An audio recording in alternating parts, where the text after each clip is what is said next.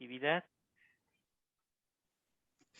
Y el protocolo de la actividad, bueno, estamos en actividad virtual mediada por la tecnología. Parte del protocolo es de seguridad. En algunas sesiones hemos tenido alguna incursión. Yo confío en que el día de hoy no va a haber una irrupción, pero si algo llega a suceder, congelaré la imagen, detendré en algún momento si llega a incorporarse un intruso, pero procuramos controlar un poco más la situación y detendré la actividad y esperemos no tener que cancelar. Si cancelamos, les pediré que volvamos a ingresar a la misma dirección, pero confiemos en que el duende informático no se va a aparecer el día de hoy. Y la doctora Olga Lucía va a tener uso de la palabra. Ella nos dirá en breve si desea una actividad continua o permitirá en algún momento que puedan interactuar, y para ello pues la interfaz tiene algunos iconos como la manita levantada. Ustedes la pueden activar y en ese momento les podemos dar acceso para tener una interacción, un diálogo directamente por audio, por voz, de ser posible. En caso contrario, pues está la comunicación por texto, que es el chat, pero los invitamos a que esto sea un diálogo activo. Promovemos fundamentalmente el uso de la voz y si es posible activar su cámara para ponerle también un rostro a la entonación. Entonces, bueno, si les parece bien, pues agradecemos a la doctora Olga Lucía Restrepo Espinosa que haya aceptado compartir el día de hoy con nosotros este espacio con una temática que pues no solamente es necesaria, es muy actual, es pertinente, sino que esperemos que nos movamos el día de hoy también hablando en el territorio de la ciudadanía sexual, los derechos sexuales y derechos reproductivos de adolescentes y mujeres en el campo de la formación médica. En un tema tan interesante, sobre todo en una perspectiva que esperemos y confiamos que en algún momento tome más fuerza, como es la investigación cualitativa, interpretativa, y ella lo hace desde la etnografía institucional y el análisis sociopolítico como herramienta de investigación con enfoque feminista. Pues muchísimas gracias, estimada doctora Olga. Le invitaremos a que nos comente también desde dónde, de su postura, su posición, desde dónde nos habla, parte de su formación. Y pues bienvenida al espacio todo suyo, estimada doctora Olga. Muchísimas gracias, José Antonio. Buenas tardes a todos los que se han ido uniendo. Bueno, yo traje una presentación, o sea, primero presento, pero la idea es que por favor, como no voy a estar como viendo el chat, agradecería me interrumpieran, pues hablaran en el momento que quieren algo, porque la idea sí es ir conversando. Es decir, hice la presentación como para ir guiando tal vez el conversatorio, pero la idea sí es que ante cualquier duda y comentario, pues obviamente participemos todas y hablemos. Yo cuento un poquito de mi historia personal. Yo soy una médica pediatra. De todas formas, ahora les contaré un poquito de por qué hay algunas cosas que me hicieron como incursionar en varios temas que se han ido entrecruzando a lo largo de mi vida, pero en general, digamos, en lo formal soy una médica pediatra de la Universidad del Valle de Cali, Colombia. Luego hice estudios de maestría en salud pública internacional en la Universidad de George Washington en Washington, pero lo importante era que en ese momento yo estaba haciendo una formación clínica en una cosa que se llama medicina del adolescente y adulto joven, que es una pues subespecialidad clínica, digamos, para abordar las temáticas de adolescentes y jóvenes. Desde el 95 regresé a Colombia con una ilusión muy grande. De hecho, tenía una beca de la Kellogg. Mi compromiso era abrir estos programas en el campo de la medicina. Particularmente había mucho interés de que empezáramos o que se empezara desde la medicina a aplicar a actividades de atención, digamos, integral a adolescentes. Fui parte inclusive de un gran proyecto que tuvo la Fundación Kellogg que se llamaba Iniciativa Adolescente Sano, que creo que varios países de Centroamérica y Sudamérica estuvimos participando ahí. Y bueno, lamentablemente a lo largo de estos años he sido profesora de varias universidades, desde la medicina y pediatría, y una gran, digamos, frustración porque a pesar de que he conseguido recursos, a pesar de que he tenido, digamos, la formación, a pesar de tener muchas, digamos, aspectos a favor, he encontrado una gran resistencia al interior del gremio de medicina y particularmente de la pediatría para hablar o incorporar este tema, digamos, o este campo disciplinar de formación de atención al adolescente y al adulto joven en la institución médica. A lo largo de todos estos años, digamos desde el 95 hasta ahora,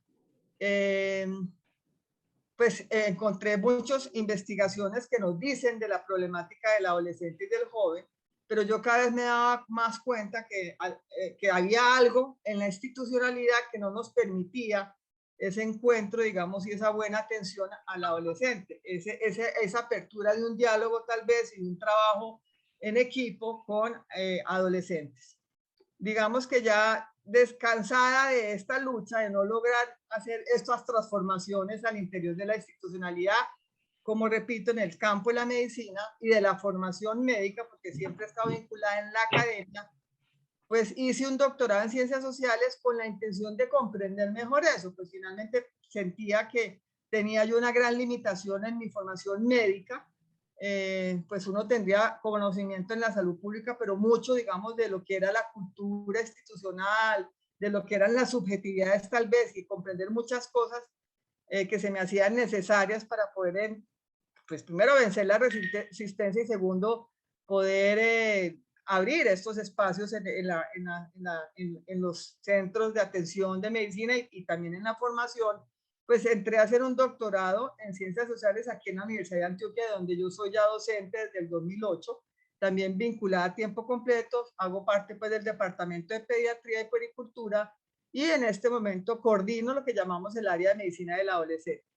Entré a hacer ese doctorado en ciencias sociales, tuve demasiadas, digamos, también dificultades dentro de la facultad. Ay, ¿qué pasó?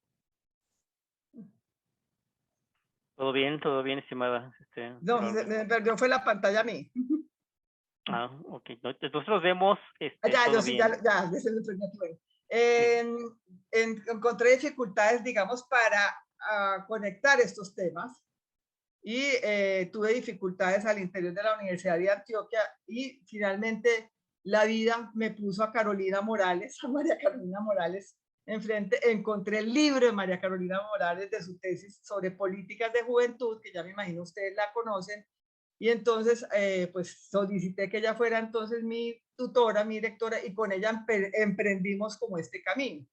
Entonces yo lo que les quiero es como contar un poquito de esa tesis y después hablar un poquito también de ciudadanía sexual, si nos da pues como el tiempo, no se trata tampoco de agotar, pero insisto, que sea, aunque tengo la presentación, que sea informal y podemos ir agotando ahí también los temas. Si están de acuerdo, empezaría. Sí, adelante. Todos los privilegios están ahí también para compartir pantalla. Listo, ya estoy compartiendo. Vamos a ver si me va bien haciendo esto. Bien, bastante bien y toda una experta. Adelante. Bueno, muchas gracias. Listo, entonces, bueno, yo lo puse tal como lo tituló pues José Antonio. Aquí hablaríamos de estos varios temas, aspectos importantes, lo que es la ciudadanía sexual, los derechos sexuales y los derechos reproductivos de adolescentes y mujeres en el campo de la formación médica. Fue muy interesante, digamos, cómo fuimos consolidando una metodología o un método que nos permitía de pronto como mirar muchas aristas que envuelven esta temática. La tesis la titulamos, originalmente la titulamos así, Análisis sociopolítico de los derechos sexuales y reproductivos de adolescentes en la formación médica, pero como una etnografía institucional en lo que fue el proceso de renovación curricular, porque la Universidad de Antioquia, que de alguna manera es una universidad que termina liderando y casi que guiando el camino de las reformas en la formación médica en esta ciudad, digamos que tiene una tradición y un prestigio y se puede decir que es una élite, digamos, en la formación. Y era muy importante analizar como ese proceso, ese fenómeno de renovación curricular que vivió esta universidad de 1997 hasta el 2013, lo analizamos, ese periodo, para ver, digamos, comprender muchas cosas. Yo pues quería como iniciar los agradecimientos tal y como los puse en mi tesis, obviamente a estas personas de la universidad que sin conocerme estuvieron muy generosas desde el rector, vicerrectores, es decir, personas muy abiertas a que pudiéramos tener las entrevistas. Y curiosamente, para que ustedes vayan entendiendo un poquito la situación, quien manejaba el tema al interior de la Facultad de Medicina de adolescentes, de salud de adolescentes, era un psicólogo, psicoanalista, y fue la única persona que no se dejó entrevistar. No fue posible entrevistar a esta persona que era quien manejaba tal vez esta temática por muchos años en esta facultad y quien lideró aparentemente este proceso de renovación. También, pues como siempre, agradecer a Carolina Morales, aquí como digo, ella tuvo paciencia, calidez, sabiduría, serenidad, mucha solidaridad, me devolvió la confianza, la credibilidad, porque la esperanza y la claridad, porque yo me sentí muy mal, muy perdida, digamos, para sacar adelante, ¿cierto? Con rigor y profesionalismo esta investigación que tambaleaba cada vez que mi formación profesional como mujer médica y pediatra, que eran mis limitaciones, en mi mirada, con un entrenamiento muy especializado en un campo en la medicina del adolescente y adulto joven, se enfrentaba a esos retos personales y académicos desde las ciencias sociales, y en particular unas perspectivas epistemológicas que eran críticos sociales y feministas, que por supuesto ustedes saben que esto moviliza muchísimo al sujeto y al sujeto pues académico que era en este momento yo. También le quiero dedicar a mi madre.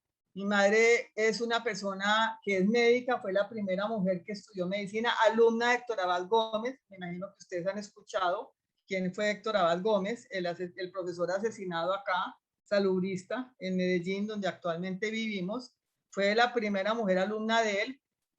Trabajó muchísimo a lo largo de su carrera profesional con el movimiento de medicina social y de salud colectiva, muy amiga de Edgar Jarrillo de la Universidad de Xochimilco de la UAM, bueno, de Eduardo Menéndez, de varios de estos personajes desde la medicina social, de personas también en Argentina, en Ecuador. Bueno, ha sido una persona que ha trabajado muchísimo y pues yo creo que fue una fuente para mí de inspiración. Y también a la juventud, que no sé por qué no me quedo aquí, pero igual a la juventud también se lo dedico, que sueña con un mundo mejor. Como preámbulo de mi tesis, pues obviamente quiero hablarles un poquito de mí, es importante, y yo me declaro como una mujer obviamente feminista y que soy anticapitalista y por supuesto antipatriarcado, anticolonialista o como llamen otros pues anticolonialista, y unos intereses personales que son importantes compartirlos con ustedes. En primer lugar, pues yo viví una adolescencia que era importante compartirlas con ustedes porque mi adolescencia la viví en una ciudad donde se incursionaba el problema del narcotráfico, una gran violencia, digamos, en la ciudad, con mucha afectación a la juventud. Estoy hablando de finales de los años 70 y los años 80, con problemas de consumos en los jóvenes.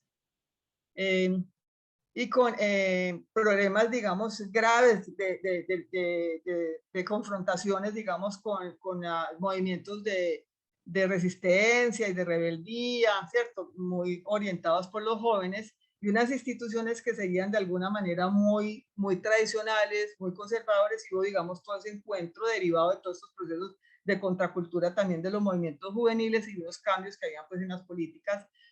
Yo viví una adolescencia personal donde 5 de mis 20 compañeros de colegio murieron por consumo de sustancias psicoactivas, varios de ellos con suicidio. Yo creo que eso a mí me dejó muy marcada y quise tal vez trabajar el tema de la atención a los adolescentes, porque una de las cosas que viví fue esa carencia, ¿cierto? De a dónde ir a ser atendidos estas situaciones, como también ver a mi mejor amiga a los 12, 13 años ya muy adicta, digamos, al consumo de sustancias, y varias de mis compañeros, y eso yo creo que me dejó de alguna manera bastante marcada.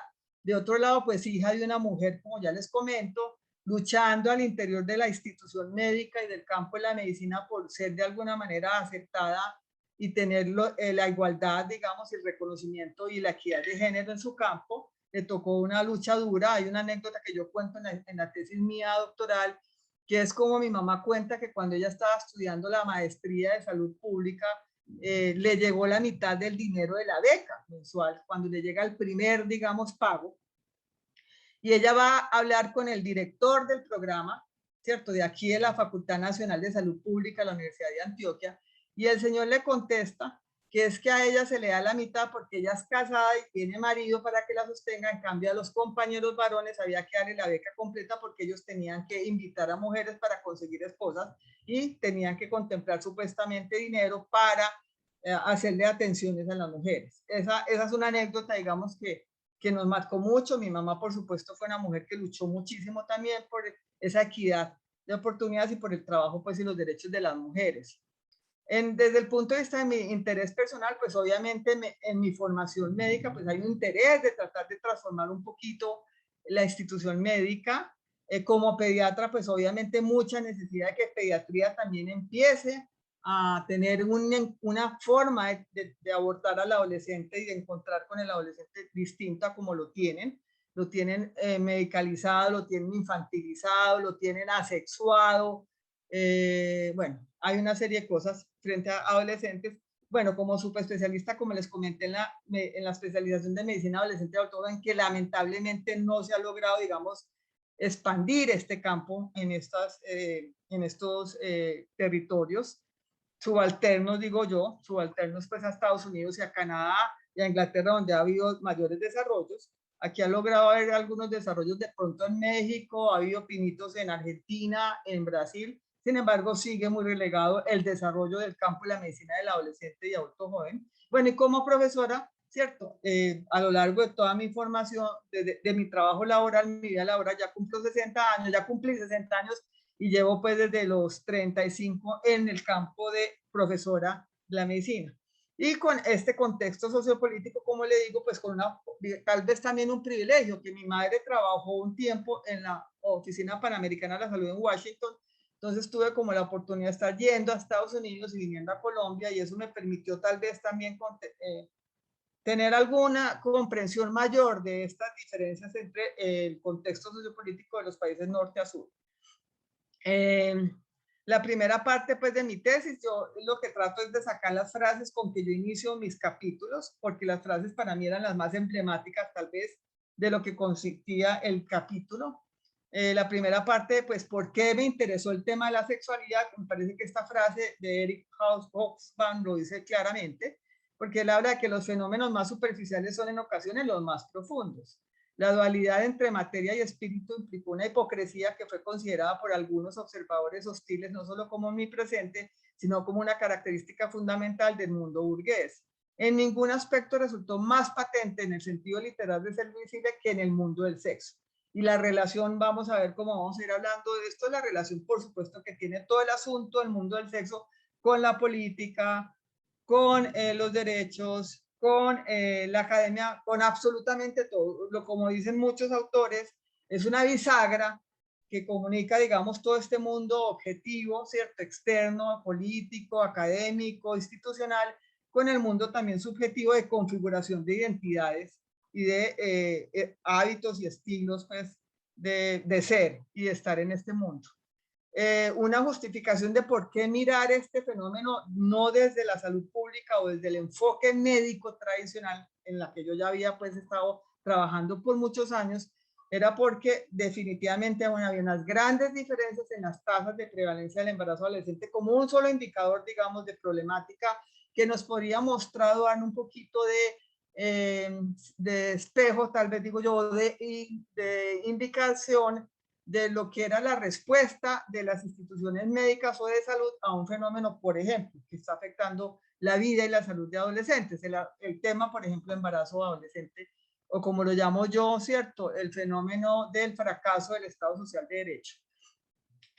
Pues uno ve unos contrastes enormes, digamos que de estos datos de los años 2000, del 95 a 2000, habían unos contrastes muy grandes de unas prevalencias muy altas en países como Colombia. Por ejemplo, Colombia en ese momento tenía una tasa de embarazo adolescente específica del 94 al 95 de 89 por cada 100.000 habitantes, mientras que en Inglaterra estaba en 58. Estados Unidos tenía una tasa muy alta en ese momento de 106 por cada 100.000 habitantes. ¿Y eso cómo se redujo, digamos, en un lapso de 5 años en estos países desarrollados? Pues baja en Canadá de 49 a 33, en Inglaterra, bueno, se mantuvo, digamos, alto, pero hoy se sabe que se rebajó muchísimo a menos de 10, de 12. Países Bajos tienen de 4 por 100.000 habitantes en el 2007 y Francia de 1 por 100.000 habitantes en 2007, mientras que Colombia seguía con tasas de 80 por 100.000 habitantes. En un trabajo que se hizo en la comunidad andina, pues mostró unas tasas muy elevadas en estos países, con una también gran, digamos, diferencia en la fecundidad de hombres y de sus mujeres, donde midieron. Por ejemplo, Venezuela y Chile midieron las tasas de fecundidad de hombres, y mientras que la tasa de fecundidad en la mujer adolescente era de 102, de los hombres era de 25 por cada 100.000 habitantes. Y en Chile, mientras que la tasa de fecundidad de las mujeres era de 84 en 1970, en los hombres era de 19, también para mostrar una gran inequidad. Lo que ellos dicen es que por cada adolescente embarazada, digamos, por cada varón que sufre, digamos, que es padre, que vive el embarazo de adolescentes, son 25, ¿cierto? A 30 o a 50 mujeres adolescentes que han padecido o que han pasado por un embarazo. Y que la mayoría de estos, como bien sabemos, pues posiblemente no fueron como tan programados, tan deseados o tan planificados. Entonces, como introducción, pues esto implicaba ya varios grandes temas, digamos, varias variables que empezaron a entrecruzar alrededor del tema género y poder, porque pues era necesariamente un tema que tenía que ver con una perspectiva, obviamente, que tenía que mirar esas diferencias de género. Tenía que ver también en el tema de derechos sexuales, y por ahí empezamos también a trabajar el tema de la ciudadanía sexual. Tenía que ver, por supuesto, con jóvenes y adolescentes como unos actores y pues sí también unos sujetos que eran beneficiarios de acciones que hacían unas instituciones, y obviamente el campo de la formación médica, que era mi interés particular, porque es donde yo me ocupo y donde yo pues me he ubicado, digamos, en el mundo profesional y también pues ya personal y académico. Esto es una serie también de categorías o variables que se iban entonces imbricando, digamos, o interseccionando con el tema, porque tiene que ver con las sexualidades. Ustedes ya saben que las solas sexualidades trae por sí ya otra cantidad pues, de subcategorías, identidades, orientaciones, bueno, varias cosas. Derechos, el modelo económico tenía una relación. Había una relación con identidades, con reformas de educación y salud, con la participación política y la accesibilidad que podrían tener ciertos actores a las políticas públicas, y las construcciones sociales y fundamentalmente las prácticas discursivas que de alguna manera se instalan en estas instituciones. Para yo llegar, yo quise hacerles como este repaso, pero para yo poder llegar como a lo que llegué de opciones para poder mirar el tema y mi pregunta que también de interés académico, pues me tocó hacer como mucha revisión porque no encontrábamos, digamos, como por dónde atar todo esto, por dónde como relacionar todo esto. Entonces yo dividí como todo lo que estuve revisando, digamos, las fuentes secundarias que estuve tratando de indagar y revisar para poder consolidar mejor mi método y todo mi proceso de investigación de la tesis, pues la dividimos como en 5 subcategorías frente a temas para poder ir concretando qué era lo que queríamos como hacer y por dónde nos queríamos meter a hacer la investigación. Entonces, una primera serie miraba, digamos, la relación del poder frente a los jóvenes y de su relación con la medicina. La segunda serie era como también el poder, pero frente a todo este proceso de socialización o de la formación, digamos, y de la educación, con autores como Bourdieu, pues como, bueno, como estos autores que han trabajado el tema pues de la formación. Inclusive ahí aparecían también unos mexicanos que ahora les cuento. Luego la tercera serie ya empezábamos a incorporar como el género y los derechos sexuales y derechos reproductivos de adolescentes, pero en relación al campo de la salud, digamos en general. Esto ya implicaba como más que todo servicios indiscriminados de todo el campo de la salud. El cuarto, digamos, serie de estudios fueron como agrupados en una relación de sexualidad, jóvenes y políticas, en función de los debates sociopolíticos a la luz de lo que estaba ocurriendo en nuestros contextos, que eran, digamos, por un lado las reformas de los sistemas de salud y de educación, pero por el otro lado todas estas luchas que hay vindicatorias de estos feminismos y de grupos de mujeres y de las diversidades y de los géneros no binarios y todas estas personas con diversidades, digamos, de género. Entonces, a la luz de eso también miramos una serie como de estudios. Y por último, logramos encontrar algunas pocas investigaciones que nos podían conectar, como entrecruzar ya claramente lo que era la formación médica con el género y con los derechos sexuales de adolescentes. Muy general, pues la primera serie obviamente trabaja un poquito, es como la historia y la relación de la formación del campo de la medicina y cómo ha sido como su mirada al adolescente, al sujeto adolescente como paciente, pero que yo no me voy a detener porque ahí pues sí nos quedaríamos largo. Pero bueno, sí es como contestar que lo que nos encontrábamos en esta serie era que nos hablaban de que había un redescubrimiento de una categoría que había surgido muy antiguamente, desde la época griego-romana, y que eso, digamos, se retoma en los siglos XVIII y XIX, como desde una mirada de moratoria social. Es lo que siempre hemos visto esto, con ese interés tal vez de formar a esos nuevos ciudadanos que implicaba toda esta expansión de ese mundo moderno que nos traía pues el mundo que nos colonizaba en esos siglos a todos estos lados pues de este planeta. Y luego pues ya en los siglos XIX finales y comienzos del siglo XX pues ya se empieza la categoría adolescente a ser una categoría importante para el campo de la medicina, pero que lo ve como una persona que está viviendo una etapa tormentosa, crítica, peligrosa, que se vuelve como amenaza para el orden social y que hay que hacer una serie como de intervenciones que específicamente surgieron más que el campo de las psicologías, de las humanidades y las ciencias sociales. Aquí pues que surgió, digamos, una mirada donde inicialmente los veían como unos sujetos incompletos, tal vez como unos órganos incompletos que requerían ser completados por la intervención, digamos, de las instituciones y de estos expertos profesionales, y que, digamos, a lo largo también de las luchas también y de los movimientos de contracultura y de resistencia juvenil y de jóvenes en el mundo entero, pues ha ido modificándose también a la fuerza la mirada, por supuesto, de las instituciones a los jóvenes. Entonces ha pasado, digamos, de ser un sujeto, digamos, enfermo, con necesidad pues de medicalización, a un sujeto que puede ser consumidor o a un sujeto que se vuelve un actor social en conflicto o finalmente como un sujeto de derecho a partir pues de ya todas estas reivindicaciones que han logrado cambios en las políticas a nivel internacional, sobre todo en las cartas como el Cairo, ¿no? La conferencia del Cairo y las conferencias que de ahí han surgido hacia adelante, donde los jóvenes han logrado conquistar pues una serie de reconocimientos de sus derechos.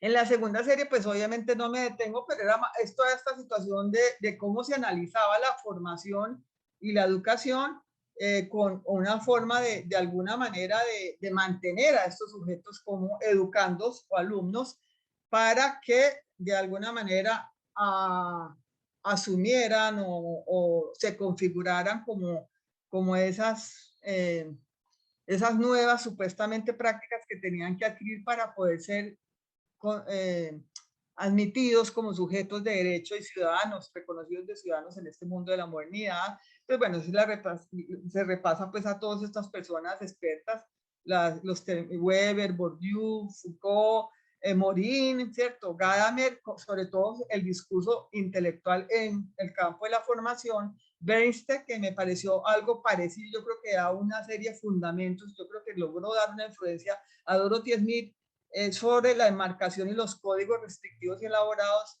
que se parecen al hábitus, se parecen también como a las prácticas de Bourdieu. Y finalmente logramos encontrar también en lo que fue mi gran, digamos, descubrimiento de Dorothy Smith. Dorothy Smith, ahora les contaré, para mí fue un gran encuentro, fue un tesoro haber encontrado esto. Y fue una cosa muy curiosa, porque a partir de las clases, varios profesores veían como mi necesidad de que yo no encontraba y no hallaba quien me pudiera como ayudar a encontrar formas de poder encontrar lo que les decía, como poder analizar lo que quería yo pues como comprender tal vez de qué era lo que pasaba con la institución médica que de alguna manera tenía tanto rechazo, estigmatizaba tanto a esa atención directa al adolescente.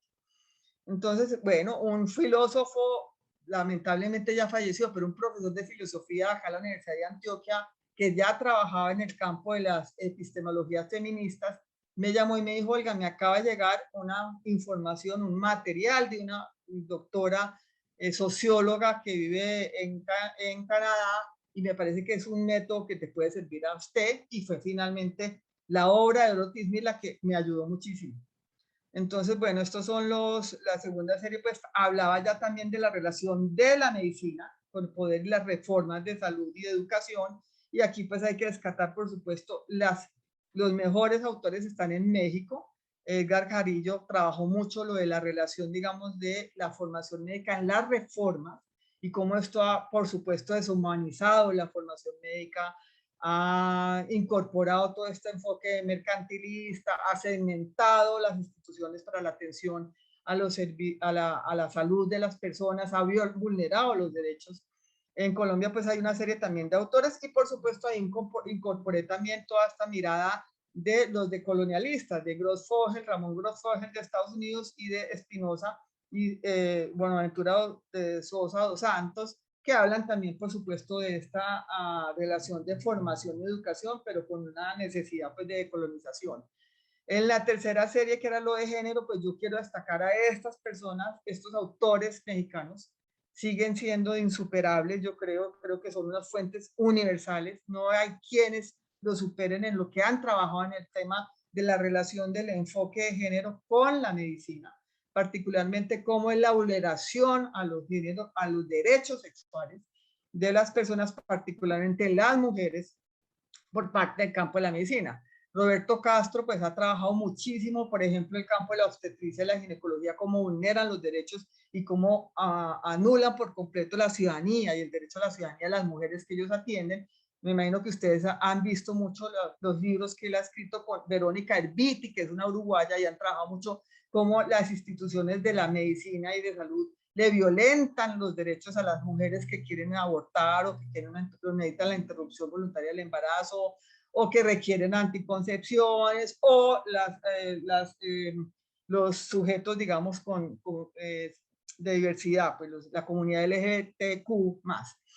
Juan Guillermo Figueroa a mí me pareció muy importante porque para mí es la persona que mejor ha trabajado el tema de masculinidad y también la necesidad, por supuesto, de incorporar al campo de la medicina y de la salud esa mirada de las nuevas masculinidades que también de alguna manera sigue rezagada a mirarlo porque no quieren cambiar sus esquemas de género y su enfoque, digamos, de género tan tradicional. Entonces yo creo que es una persona muy importante para trabajar e incorporar también el asunto de la relación de la medicina y de la salud con esta posibilidad de también la situación de cómo el régimen de género o genérico vulnera tal vez también la masculinidad. Los hombres terminan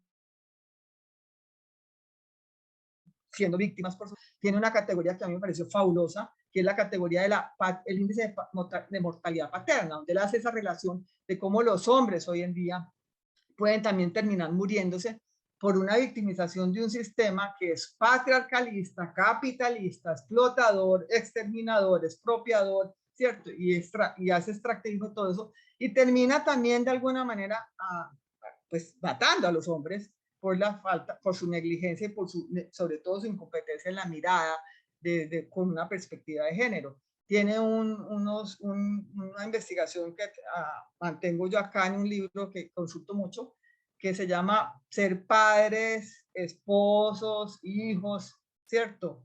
En estos momentos para los hombres, ¿no? De todas estas crisis que hay institucionales. La tercera serie, pues encontré muchas, o sea, puse el tema y me salió en Google 3.900, digamos, publicaciones, pero finalmente no pasaban de ser algunas investigaciones cuantitativas de decían tal vez cuántas veces los adolescentes inician su actividad sexual con condón o sin uso de condón, bueno, situaciones como muy así. Encontré alguna de etnografía, sobre todo en México, el grupo también de la UAM de Xochimilco, han hecho trabajos etnográficos para identificar creencias, actitudes y prácticas de funcionarios que ofrecen los servicios o profesores, digamos, en la formación médica, particularmente de Hernández y de Turbet, de allá de la UAM de Xochimilco, y Goy Polea, que es una chica que está haciendo un doctorado en Suecia, pero ella su investigación en las fronteras de Ecuador, porque esta chica, yo no sé si pues lo hizo en las fronteras de Ecuador con Amazonas, y ella trabajó y miró cómo persistía un machismo, digamos, y un patriarcalismo terrible de los profesionales de salud que atendían a estas adolescentes en las fronteras del Amazonas, en aspectos que tenían que ver pues con la maternidad y con la sexualidad y la reproducción. Bueno, también con feministas encontramos esta González de León Aguirre, hizo una muy buena investigación allá en México, encontró cómo los estudiantes de medicina seguían siendo completamente patriarcalistas, machistas, a veces hasta medio misóginos, pero ninguna de estos nos mostraba la relación de estas subjetividades tal vez, o de estas creencias, actitudes y prácticas de estos sujetos con lo que estaba pasando en el mundo, con las reformas de salud, de educación, con todos estos problemas de los debates y las luchas que tenían estos movimientos de mujeres y estas, en materia pues, de derechos sexuales. Entonces ahí veíamos un vacío muy grande. Ahí encuentro ya a Carolina Morales, que trabajaba pues con el combo de Mario Hernández. Ellos vienen trabajando el análisis sociopolítico, son los que empiezan a analizar la situación de la sexualidad frente a las políticas, frente a estos contextos, digamos, de tensión sociopolíticamente hablando, y hacen, digamos, el gran descubrimiento, pues ya que Carolina hizo una muy buena análisis desde la perspectiva del institucionalismo histórico y el análisis sociopolítico de lo que ha sido las políticas públicas en Colombia en materia de los derechos sexuales de adolescentes para su sexualidad.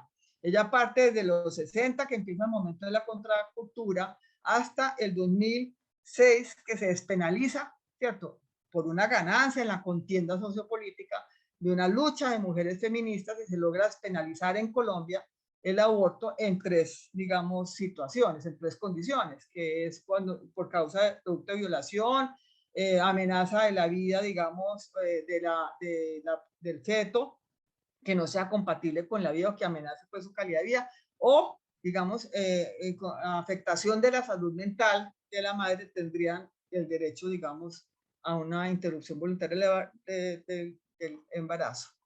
Ellos pues también trabajaron, que fue lo bonito, me parece, que conectan esto con lo que son las reformas neoliberales, lo que está ocurriendo dentro de estos grandes contextos, ¿cierto?, macroestructurales de las reformas de salud y las reformas de educación, y cómo esto de alguna manera impacta, por supuesto, los derechos sexuales y la atención de estas personas en materia de su salud sexual y de sus derechos en general. La última serie solo encontré 2 investigaciones.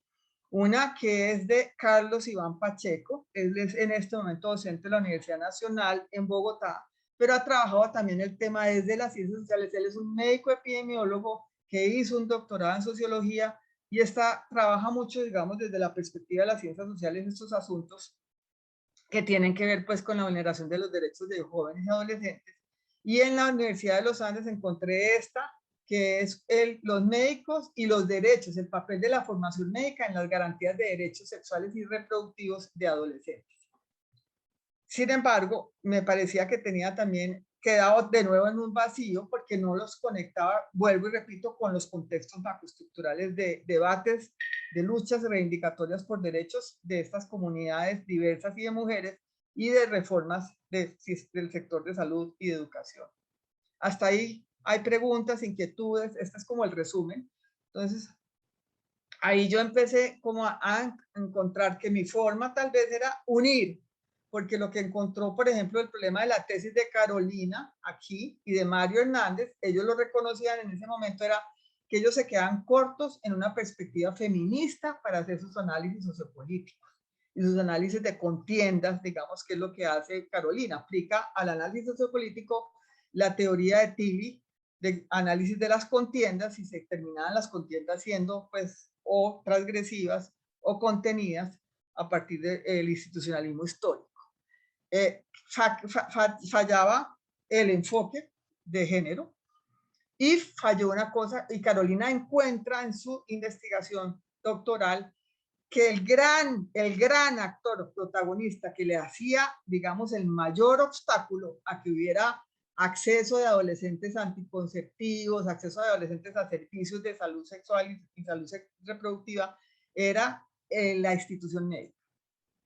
Es decir, fueron los que más presionan ante las políticas públicas para que se le niegue el acceso a anticonceptivos, para que se le niegue el acceso, digamos, a los derechos que tienen estos sujetos a su sexualidad, a vivir su sexualidad. Entonces, eso, digamos, ya daba una necesidad de que era importante que yo siguiera adelante con mi interés de mirar el campo médico y la formación médica, porque estaban siendo de alguna manera bastante poderosos para frenar todo este asunto de las políticas públicas en torno a las sexualidades de jóvenes y adolescentes. Entonces ya logro entrar, pues aclarar que faltaba esta mirada feminista, no estaba, digamos, esa relación con este análisis político. Entonces ya digamos que ahí ya logré llegar pues a por lo menos precisar el objetivo general a partir de mi pregunta.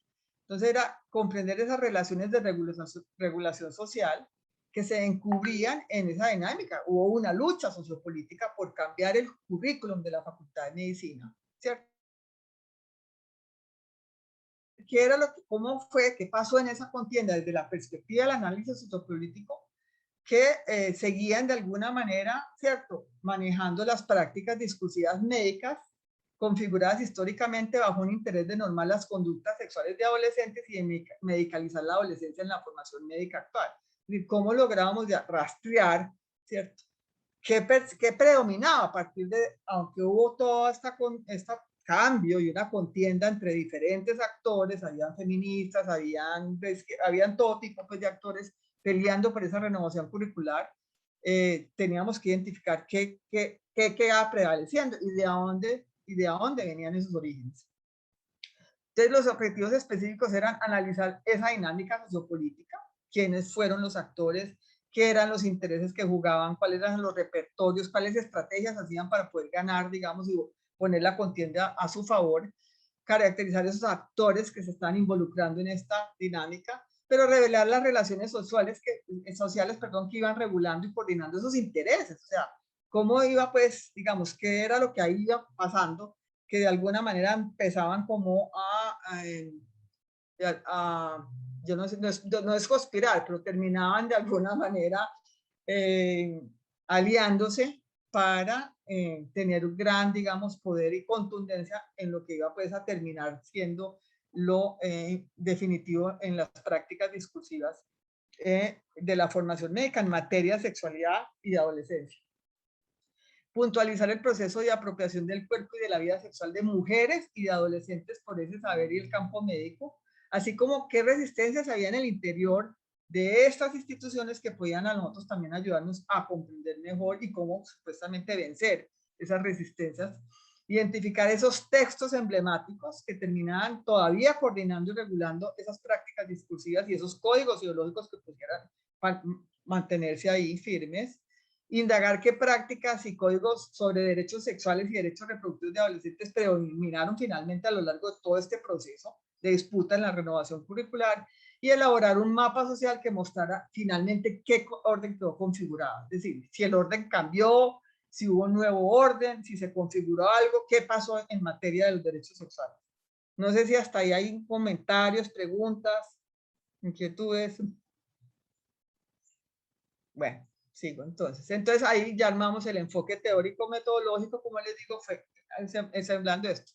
Y pues esta es la frase con que yo hablo, ¿cierto? Mi enfoque metodológico. El sexo es la bisagra que articula los dos ejes a lo largo de los cuales se desarrolla la tecnología política de la vida.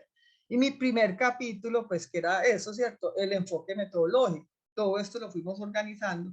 Entonces, ¿qué sacamos del institucionalismo histórico? La relación del Estado y del poder frente a una contienda. Hacíamos la semejanza de que la Universidad de Antioquia era como un Estado, ¿cierto? Pequeño, era la réplica de un Estado como Colombia.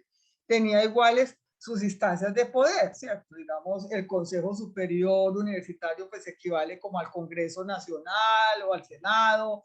El Consejo Académico Superior pues equivaldrá también pues como a la Cámara, o sea, hacíamos como ese tipo de ejercicio, pero teniendo como base, digamos, lo que plantea el institucionalismo histórico, que es que el Estado moderno tiene una ventaja muy, pues, una ventaja marcada, bastante marcada en estas contiendas sociopolíticas, porque el Estado juega la doble función. Él juega como un candidato, ¿cierto?, en campaña, supuestamente para ganar democráticamente sus intereses, sus decisiones, pero a la vez es el que pone las reglas del juego y es el que pone los límites, es el que tiene todo el recurso. Entonces, supuestamente es un candidato que está, digamos, en campaña en igualdad de condiciones con todos los demás, digamos, actores, pero termina con una gran ventaja. Y entonces uno cree que estamos en una democracia y termina el Estado moderno, pues yo no diría que tan soterradamente, termina de alguna manera siempre manteniendo la ventaja sobre la contienda, o para mantenerla contenida y no permitir ningún cambio, ni que ningún actor sociopolítico nuevo que quiera introducir cambios, pues los logre hacer. A esto le incorporamos lo que fueron los aportes de los investigadores, porque pues como sabíamos, esto era pues de Tilly, las contiendas de Skopov, no me acuerdo los nombres, pues, y agregamos a esta contienda las categorías de estos autores brasileños y mexicanos y colombianos, porque ellos lo que nos dicen, a diferencia del institucionalismo histórico, que es pues de origen europeo y norteamericano, es que ellos se quedan cortos y que pensaban que las contiendas las manejaban siempre como los poderes, y solo se hacía a través de los poderes y las institucionalidades, digamos, de los poderes. Lo que empiezan a incorporar estas personas, estos académicos de América Latina, es que pueden pasar, o sea, que pequeños movimientos, ¿cierto?, de algunas organizaciones civiles que no han sido parte de las élites, que no han sido parte de las instancias de poder, pueden hacer unos cambios y unos giros importantes en los países, ¿no? De hecho, han habido a lo largo de la historia esas importancias de que algunos algunos brotes, digamos, de grupos que no tenían ningún acceso a ningún poder, a ninguna institucionalidad, logran hacer un cambio importante y hacer un giro en un país.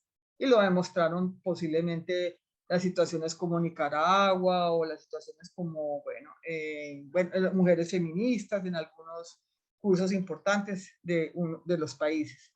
Entonces es importante eso, y por eso agregamos la categoría contienda. Si esto se generaba entonces para que la contienda quedara pues transgresiva o se contuviera en medio de toda esta pelea que había por la renovación curricular de la Facultad de Medicina. Me encanta esta frase de Dorothy Smith. Ya les cuento quién es Dorothy Smith. Esta es la obra. A mí me tocó traerla, pues pedirla por Amazon a Canadá. Me llegó, eso me demoró mucho también porque me tocó devorarme toda la obra de Dorothy Smith.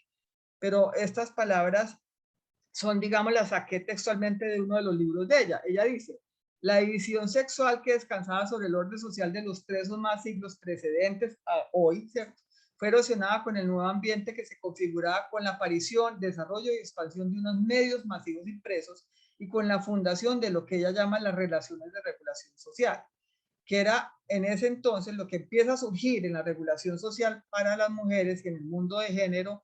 Es que el trabajo doméstico y la conciencia del rol de amas de casa se fue configurando en la subjetividad de las mujeres esposas, que debían ser parte de esas condiciones que actuaron como corolario a este nuevo orden social moderno que se expandía, digamos, con el capitalismo a lo largo de todo el mundo, porque permitieron que los hombres entonces pudieran evitar distracciones, evadir las distracciones que, por ejemplo, distracciones de situaciones de la familia o de problemas amorosos o sentimentales o afectivos, y se pudieran pensar solo en aquellos problemas pragmáticos del mundo que en ese momento se empezaba, pues, y se necesitaban, que era el mundo del trabajo, el mundo de la economía, el mundo de la ciencia, el mundo de la política, mientras que las mujeres se encargarían entonces de resolver esas necesidades afectivas, ¿cierto?, no tan importantes en el mundo doméstico. Ellas se hacían cargo de solucionarle ese mundo, ¿cierto?, mientras que los hombres tenían toda esta tarea y este desafío de hacer esas transformaciones que tenían que hacer para estos mundos nuevos que se estaban empezando pues a fundar en todas estas colonias en el mundo moderno. ¿Qué empiezo yo? ¿Qué encuentro? Cuando encuentro ya a Dorothy Smith. Dorothy Smith es una mujer británica que se vino a hacer su doctorado en los años 70 a Berkeley, en California, se topa con estas mujeres feministas socialistas. Estaba hablando de Sandra Harding, bueno, varias, Gail Rubin, hay bueno, todas esas mujeres que fueron pues hasta Grancha, bueno, todas estas mujeres que fueron marcadas, hicieron varios importantes aportes a la epistemología feminista, pero ellas eran socialistas y empiezan a hacer los grupos de estudio entre ellas. Y entonces ella empieza ahí a vivir una situación también personal. Su marido la abandona, se va con una alumna mucho más joven que ella. Ella queda entonces haciendo su tesis doctoral con sus dos hijos menores y ella empieza a hacer su tesis doctoral entendiendo la formación educativa, es decir, lo que pasaba con los niños en las edades de sus hijos, en estas formaciones, digamos, de pre-kinder, esta fase pues, de la infancia, el preescolar y el escolar inicial. Y ahí empieza a darse cuenta que después de la depresión del siglo, de comienzos del siglo, pues el siglo en el años 30, décadas de los 30 del siglo XX, ella empieza a darse cuenta cómo, por ejemplo, se empiezan a reducir el Estado pues, y los beneficios del Estado para la formación de estos niños y empiezan a delegarle a las madres una serie de tareas que antes las hacían los profesionales que contrataba el Estado para hacer una buena formación de educación y socialización a estos chiquitos y empiezan a recargarle a las madres mandándole las famosas homeworks, las tareas a la casa, al hogar. Y era una forma de ir desmontando ese estado de bienestar, ¿cierto? A partir de la depresión y cómo empiezan a cargarle a las mujeres, todavía sobrecargarles más estas jornadas que tienen las mujeres para suplir toda esa pérdida, digamos, de personal en la formación de estos chiquitos y se lo estaban cargando a las madres en la casa. Entonces empieza ya a ver pues una madre que está trabajando, que está con la carga ya laboral, que está estudiando, que está haciendo doctorado, pero que además tiene que responder y casi que completar toda la tarea y la función de los educadores en la casa. Entonces ella pues empieza a trabajar ahí y empieza a hablar de una cosa que a mí me encantó y ella dice, yo me formo en la sociología, hago todo esto, llego a dar clases a una institución en Canadá, ¿cierto?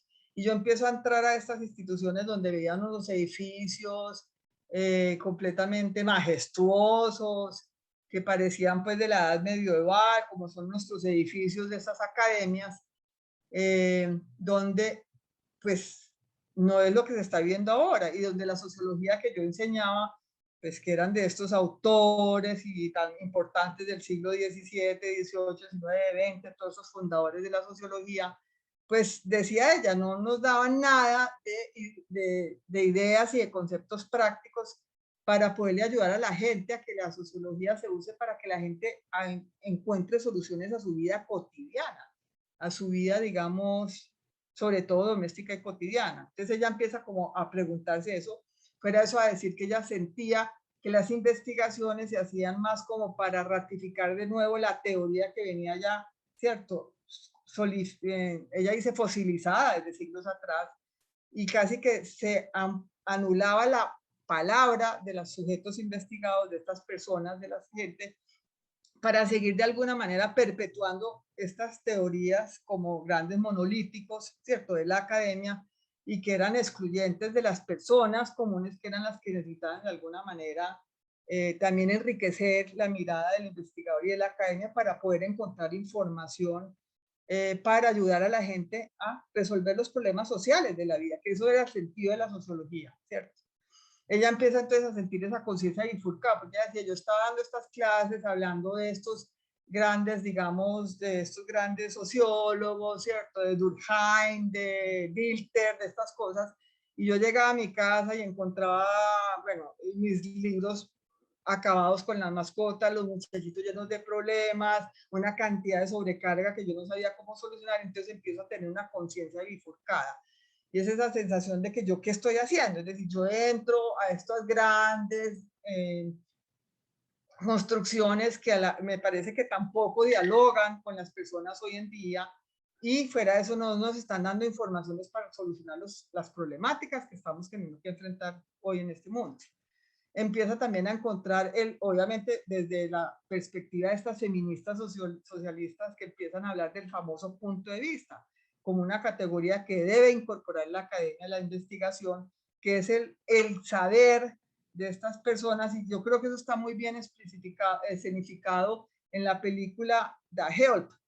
Esta película, ¿te acuerdas de las mujeres afrodescendientes que eran empleadas, explotadas, y que hay una periodista que hace pues que saca las experiencias de ellas y publica un libro que se llamaba yo no sé cómo la pusieron en español, La Ayuda, que son estas con Viola Davis, ¿se acuerdan? Que fue una película que fue hace poquito, fue en el 2012, 2014, no sé, 2015, que ellas ganaron premio Oscar, que es como que finalmente denunciaron esa explotación de los años 50 en Estados Unidos, de las famosas empleadas domésticas que eran afrodescendientes completamente explotadas, que no tenían ni siquiera acceso a un baño.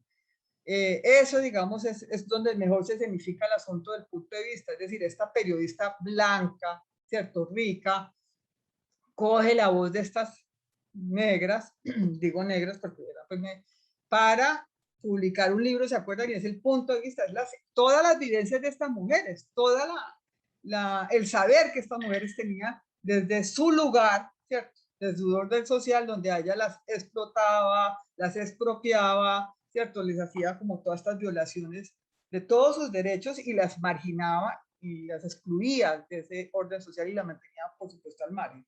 Entonces, Dorothy habla de la necesidad de incorporar en cualquier investigación el punto de vista de estos sujetos que están,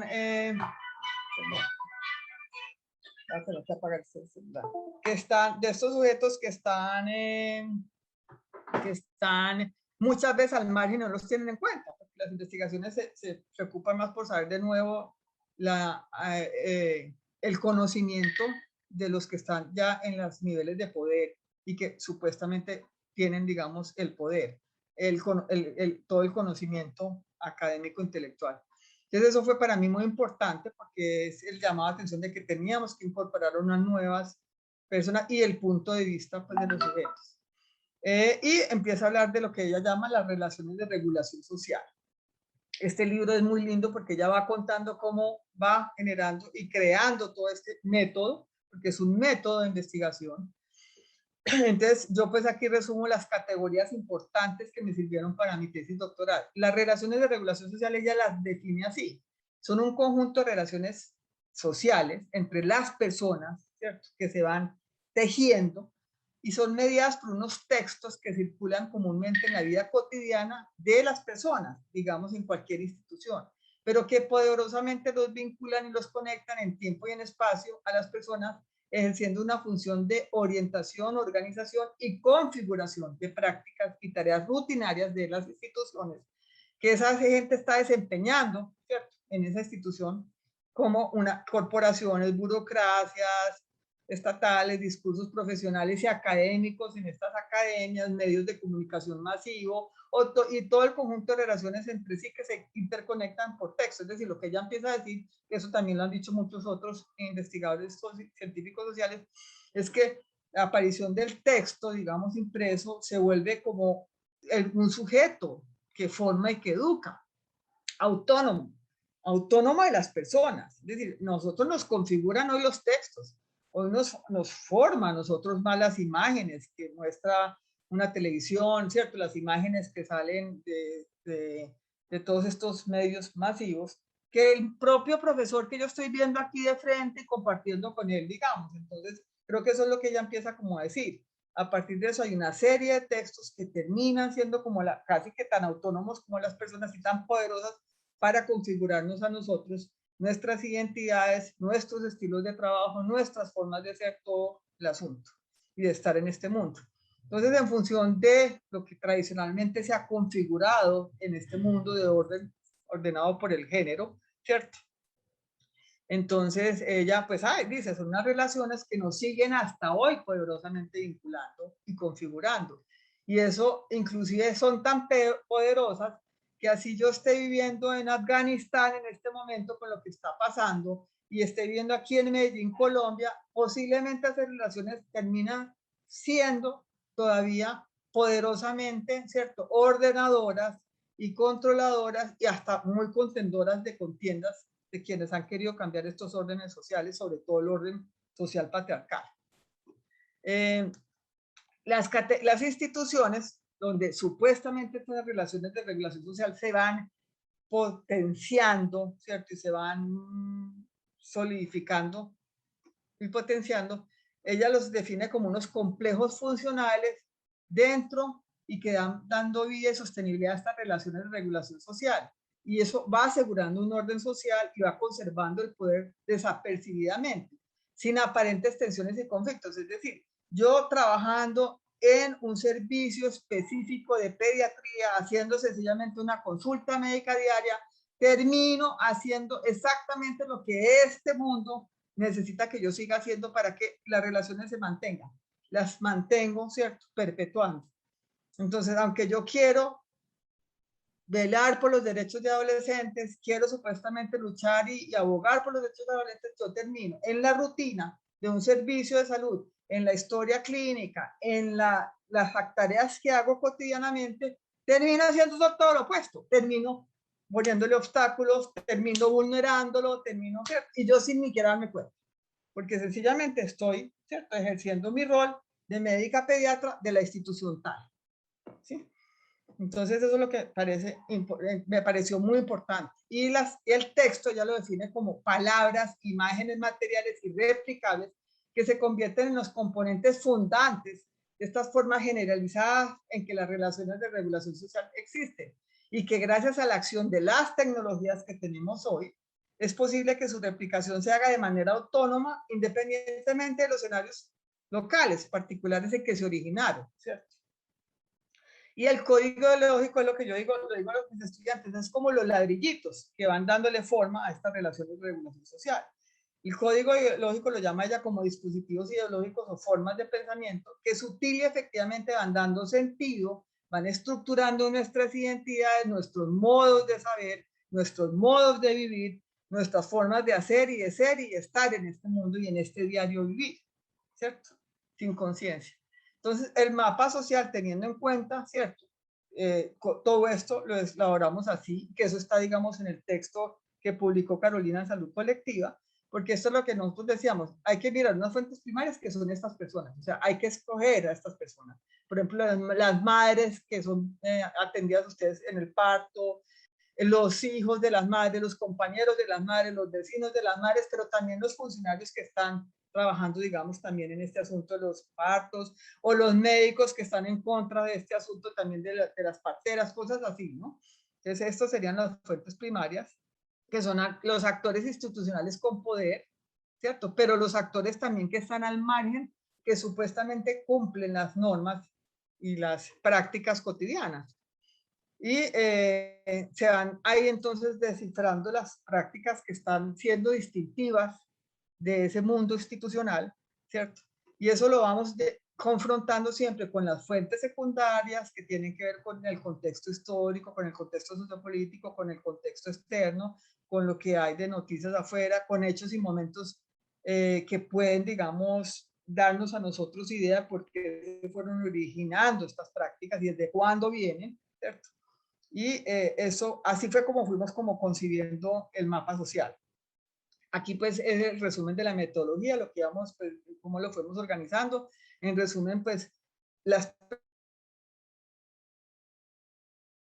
sector hasta estudiantes, hasta, digamos, personas que hacían otras labores de los servicios como secretaría o logística, y ahí pues todo eso se iba como de alguna manera analizando y confrontando. ¿Cómo fue el proceso? Esto es muy engorroso, se toma mucho tiempo, pero es absolutamente para mí fabuloso, porque yo no usaba, por ejemplo, la categoría axial, yo no usé nada de estos software y estos programas, porque es que lo que dice Dorothy Smith es que lo que vale la pena de esta investigación y de la etnografía institucional es que el sujeto que investiga y los sujetos investigados cambien y logren de alguna manera una reconfiguración, o sea, un cuestionamiento, una introspección, un diálogo consigo mismos, yo diría que un rescate de las condiciones humanas para poder empezar a hacer conciencia de lo que nosotros estamos haciendo sin darnos cuenta, de una forma muy automáticamente, muy robóticamente, que tenemos que empezar como a mirar y a cuestionar y ver qué hay que cambiar. Entonces a mí, o sea, mi asunto era leer, dialogar con cada uno de estos textos, volver a mirar entonces otras referencias, o sea, cada vez que me movía, digamos, mis estructuras mentales, entonces había que volver y hacer como esos diálogos,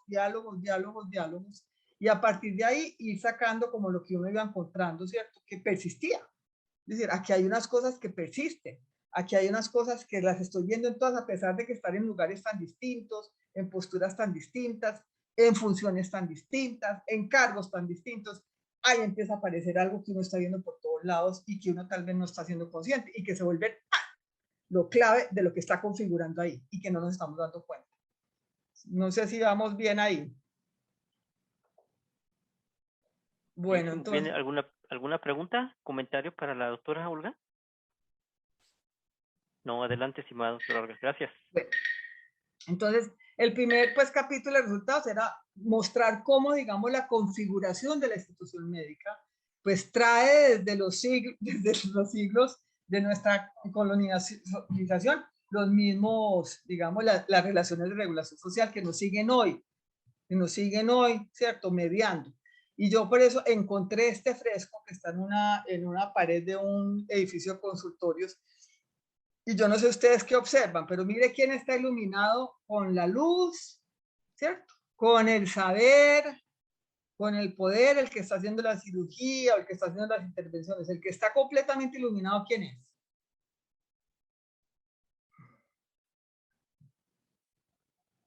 Aquí. O sea, miren, en la misma representación, o sea, los médicos, varones, científicos, ¿nos ven acá? ¿Sí? ¿Quiénes están aquí entonces relegadas haciendo las actividades de apoyo para esos? Aquí vemos las mujeres, ¿cierto? ¿Y quiénes están por fuera de todo esto que además hay que evangelizarlos? Los indígenas, una población. A mí, y se llama homenaje a la medicina antioqueña. Esto pues para mí esta figura resume lo que encontré, digamos, en la historia. Yo este capítulo lo llamé así, medicalización de la adolescencia en la Universidad de Antioquia, pero fue todo el rastreo desde dónde viene la medicalización de la adolescencia. Y a mí me encantó, por ejemplo, esta frase, esta fue una tesis que yo encontré de un repositorio en una universidad de El Salvador, Oliva Mancía, trabajó mucho el higienismo como elemento y dispositivo de poder para configurar con base en la higiene, en el higienismo, que tiene que ver con la medicalización, supuestamente los ciudadanos para la modernidad. Y todo ese higienismo, como pues, se colonizó en la educación, ¿cierto? Todo ese higienismo de la medicina y de la salud fue colonizando las demás instituciones sociales. Entonces, el saber médico fue determinante en la configuración del delincuente y de todo lo que se consideró una amenaza social.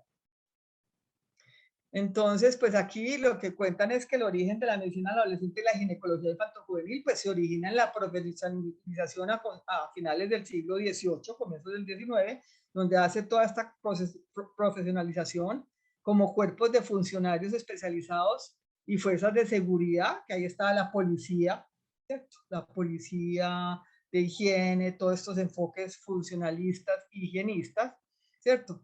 Y ampliaba los redes de medios y de sistemas de comunicación que eficientemente establecieron bases institucionales que autónomamente y anónimamente siguen determinando de las acciones sociales, es decir, quiénes pueden entrar a un país, quiénes no pueden entrar a un país, quiénes pueden entrar a una institución, quiénes no, eso sigue hoy día, ¿cierto? Quiénes son los inmigrantes que pueden entrar bien y quiénes son los que no, tienen que entrar y hay que hacerles muros contra ellos. Entonces, claro, nacen en medio del funcionalismo, el enfoque funcionalista del siglo XVIII. Y es muy interesante porque se origina primero la obstetricia en el momento en que se encontraban los mundos, pues por supuesto, antiguos con modernos, venían todos estos a conquistarnos y a colonizarnos, y entonces preocupaba la mezcla de la raza. Perdón.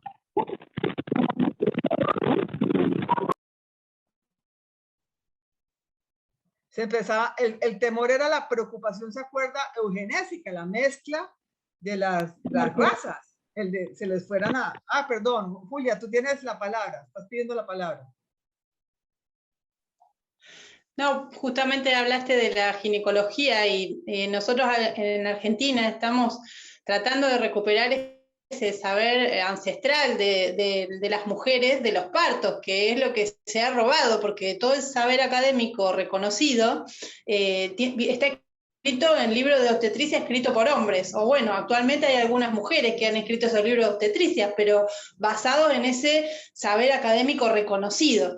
Y nosotros en la red de Casa de Parto, que estamos peleando por tener lugares para parir que no sean las instituciones hospitalarias, estamos como reencontrando ese saber de las mujeres que en Argentina está diezmado, fue diezmado en la época de la conquista. Estamos reconociendo en Perú. Expropiados, exterminado y expropiado.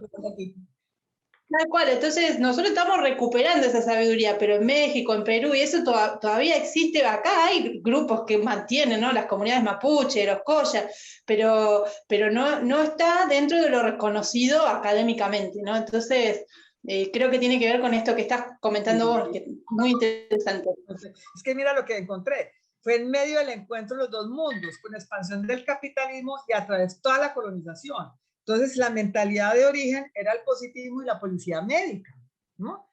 Y entonces la preocupación era la no aberración de raza. Y mire lo que esto tiene que ver, por Dios, con el asunto de los derechos sexuales y los derechos reproductivos y toda la ciudadanía sexual, porque vamos a ver qué es la ciudadanía sexual, es el derecho, ¿se acuerda? Al reconocimiento de mi relación con mi pareja homosexual públicamente, al reconocimiento de quienes puedan participar o no en sus expresiones sexuales. O sea, tiene mucho que ver con todas estas cosas.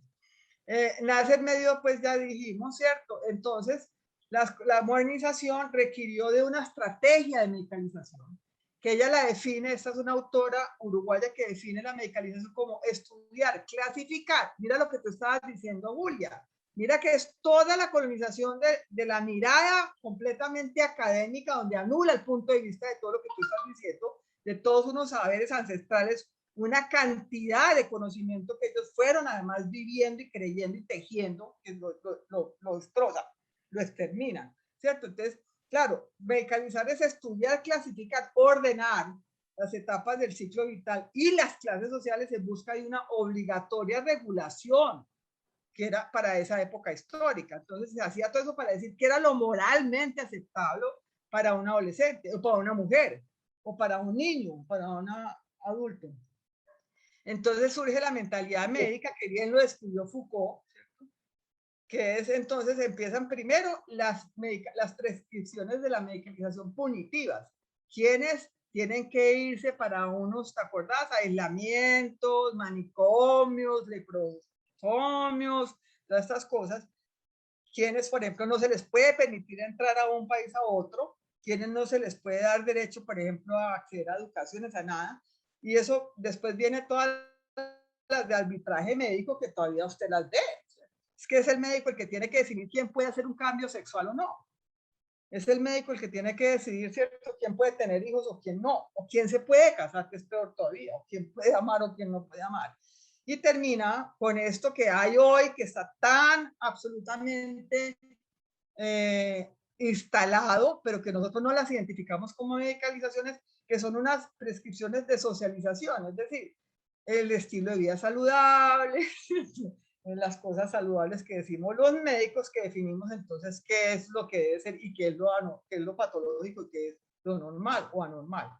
Entonces, claro, yo no voy a detener acá porque nos demoramos muchísimo, pero era pues para contarles cómo eso surge, por supuesto, en la época de los internados, para formar a estas personas en las élites.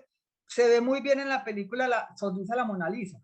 Y mire la regulación social ahí, que le enseñan a estas chicas que están internadas en la Universidad de Wesley en Boston, que es la contraparte de Harvard, ¿cierto? Y que se le enseñan a los varones de Harvard en este siglo que estoy diciendo, finales del siglo XVIII, comienzos del siglo XIX. Luego, pues en el campo de la medicina se desarrolla toda una parte académica, donde ya empiezan a mirar pues con ese rigor científico a los adolescentes, y aparece todo este cuento de lo que cambian el cuerpo corporalmente, que es los vellos, esos estadios de Tanner, toda una, digamos, todo un discurso científico medicalizado para entender la adolescencia, ¿no? Este fenómeno de la adolescencia. Y la tercera, que es la que se consolidó el campo de la especialización y se empezó a expandir, pero digamos que ahí se topó con las famosas reformas de educación y sobre todo las reformas de salud, donde el campo de la medicina del adolescente no era un campo conveniente mercantilísticamente, porque no es un campo rentable, o sea, no genera plata como la cirugía plástica ni como estas otras cosas que están hoy generando. Veo una cantidad de comentarios en el chat, no sé qué hacer. En México se tiene un programa de apoyo denominado Parteras Tradicionales, incluso tiene una guía para la autorización. Eso me parece perfecto. Aquí no hemos podido en Colombia. Aquí sí, y menos la Universidad de Antioquia. Bueno, entonces, se encuentra con el problema de las reformas de salud, entonces ahí se amputa ese desarrollo del campo de la medicina y la expansión, digamos, a estos otros países, porque ahí ya entró la reforma de salud y este campo no importa, no es necesario. O sea, se necesita para las sociedades trabajar con adolescentes, pero aquí eso no va a servir porque no es rentable dentro de los mecanismos del neoliberalismo, ¿cierto? Entonces ahí ya se olvidó. Entonces ahora se olvidó que la atención al adolescente a veces se queda relegada, ¿cierto? A una auxiliares o a unos no sé qué, y un manejo muy, muy específico para que no se embaracen las niñas y bueno, y tal vez el consumo de las sustancias o los asuntos pues de psiquiatría. Eso se me, bueno, yo no me voy a tener porque solo pues para mostrarles que indagué. En el 2016 encontraban que los principales, digamos, barreras que hay para que el campo de la medicina adolescente se pueda expandir en el mundo y lograrla incorporar tal vez o abrirla en los espacios de formación es que no hay programas, no, o sea, las barreras son culturales, religiosas y políticas y que hay una necesidad, por supuesto, de abocar más por esto. Y lo que es difícil es tener que entender y asumir que el adolescente y el adolescente es sexuado, que hay diversidades, que hay estos asuntos de anticoncepción, que hay el derecho al aborto. O sea, hay una cantidad de cosas que medicina no, y las instituciones de salud, y las instituciones en general, del orden, veladoras del orden social que no se quiere transformar, patriarcalista y capitalista, no las quieren cambiar. Entonces, ahí no se quiere lidiar con eso. Bueno, yo no me Colombia, pues es la historia de Colombia que no me interesa, solo concluir que los 3 códigos ideológicos claves de la medicina del adolescente adulto joven que persisten es la maternidad, ¿cierto? Y la crianza, es decir, la puericultura es una estrategia que surge en ese mundo, ¿cierto?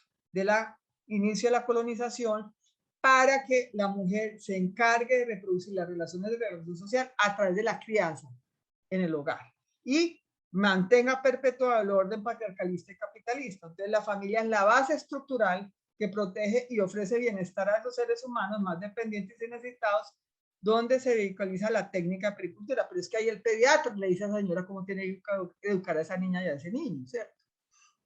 En ese código vehiculiza la más poderosa plataforma institucional de este campo, por ser emergente de la pediatría y de la pericultura, que al fin y al cabo refuerza la idea de que la garantía de una nación sin peligro será el poder contar con niños, niñas y adolescentes suficientemente aptos para que asuman el comportamiento cívico moralmente aceptado para ese mundo social. Y eso lo debe hacer la madre en la crianza, ¿cierto? O los padres en las crianzas, ¿no? Entonces, no sé.